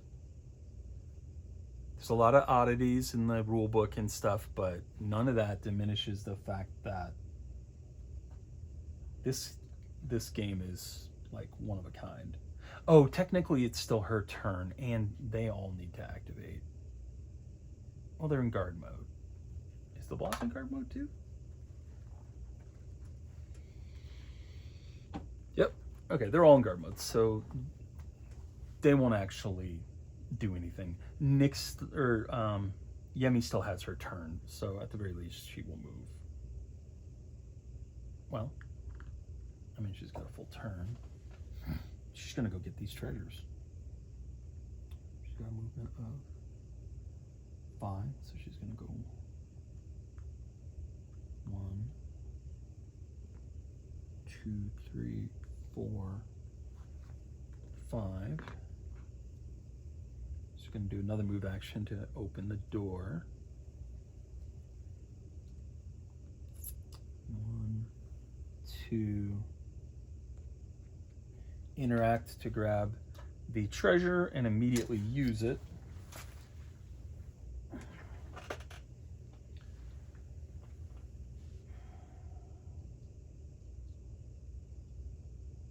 Heal 30 any heroes with 20 plus. Well, maybe she'll hold on to it. It's really important that I remember that.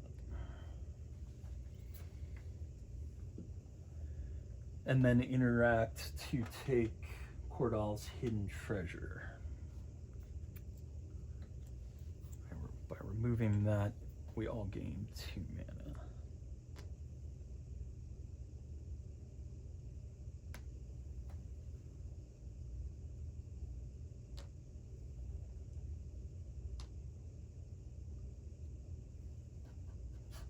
Yeah.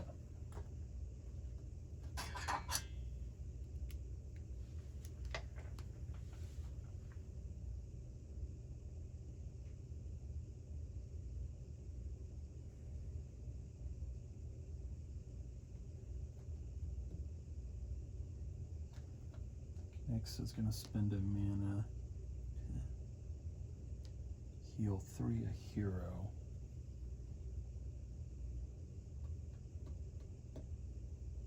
She's going to heal herself. 20. She takes 4 damage for being on the magma.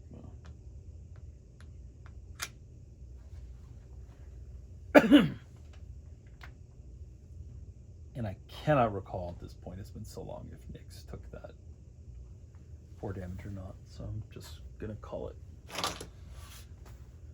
All right, so that's it. We come back next round, and it is my turn.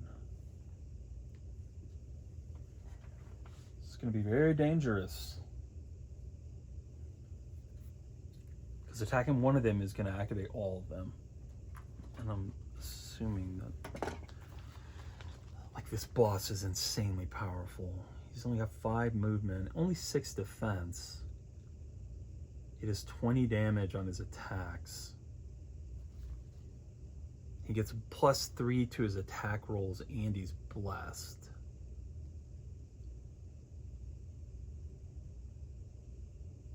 He pushes forward the target has an effect, and he heals 15. When he hits, holy shit, special passive trigger. This enemy is targeted by attack and has taken 25 damage or less when it resolves. The effect, this enemy runs 7 to the attacker and deals 15 damage to it. Wow. He wants to target the hero with the highest hit points within reach. So as soon as we pop this off, it's just getting real. The only chance in hell I have of getting this done is I'm going to have to basically sacrifice somebody to bunch these guys up. He pops his ultimate giant form, which hits all enemies in a 3x3 area, doing 13 damage, doubled 26 damage to all 4 of them at once.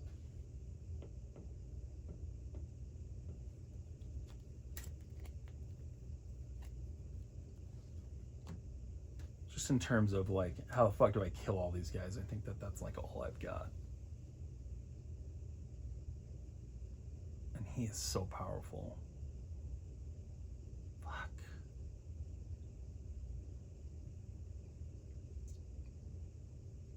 Well, we'll figure it out next time. Hope you all are enjoying the playthrough. I will talk to you later.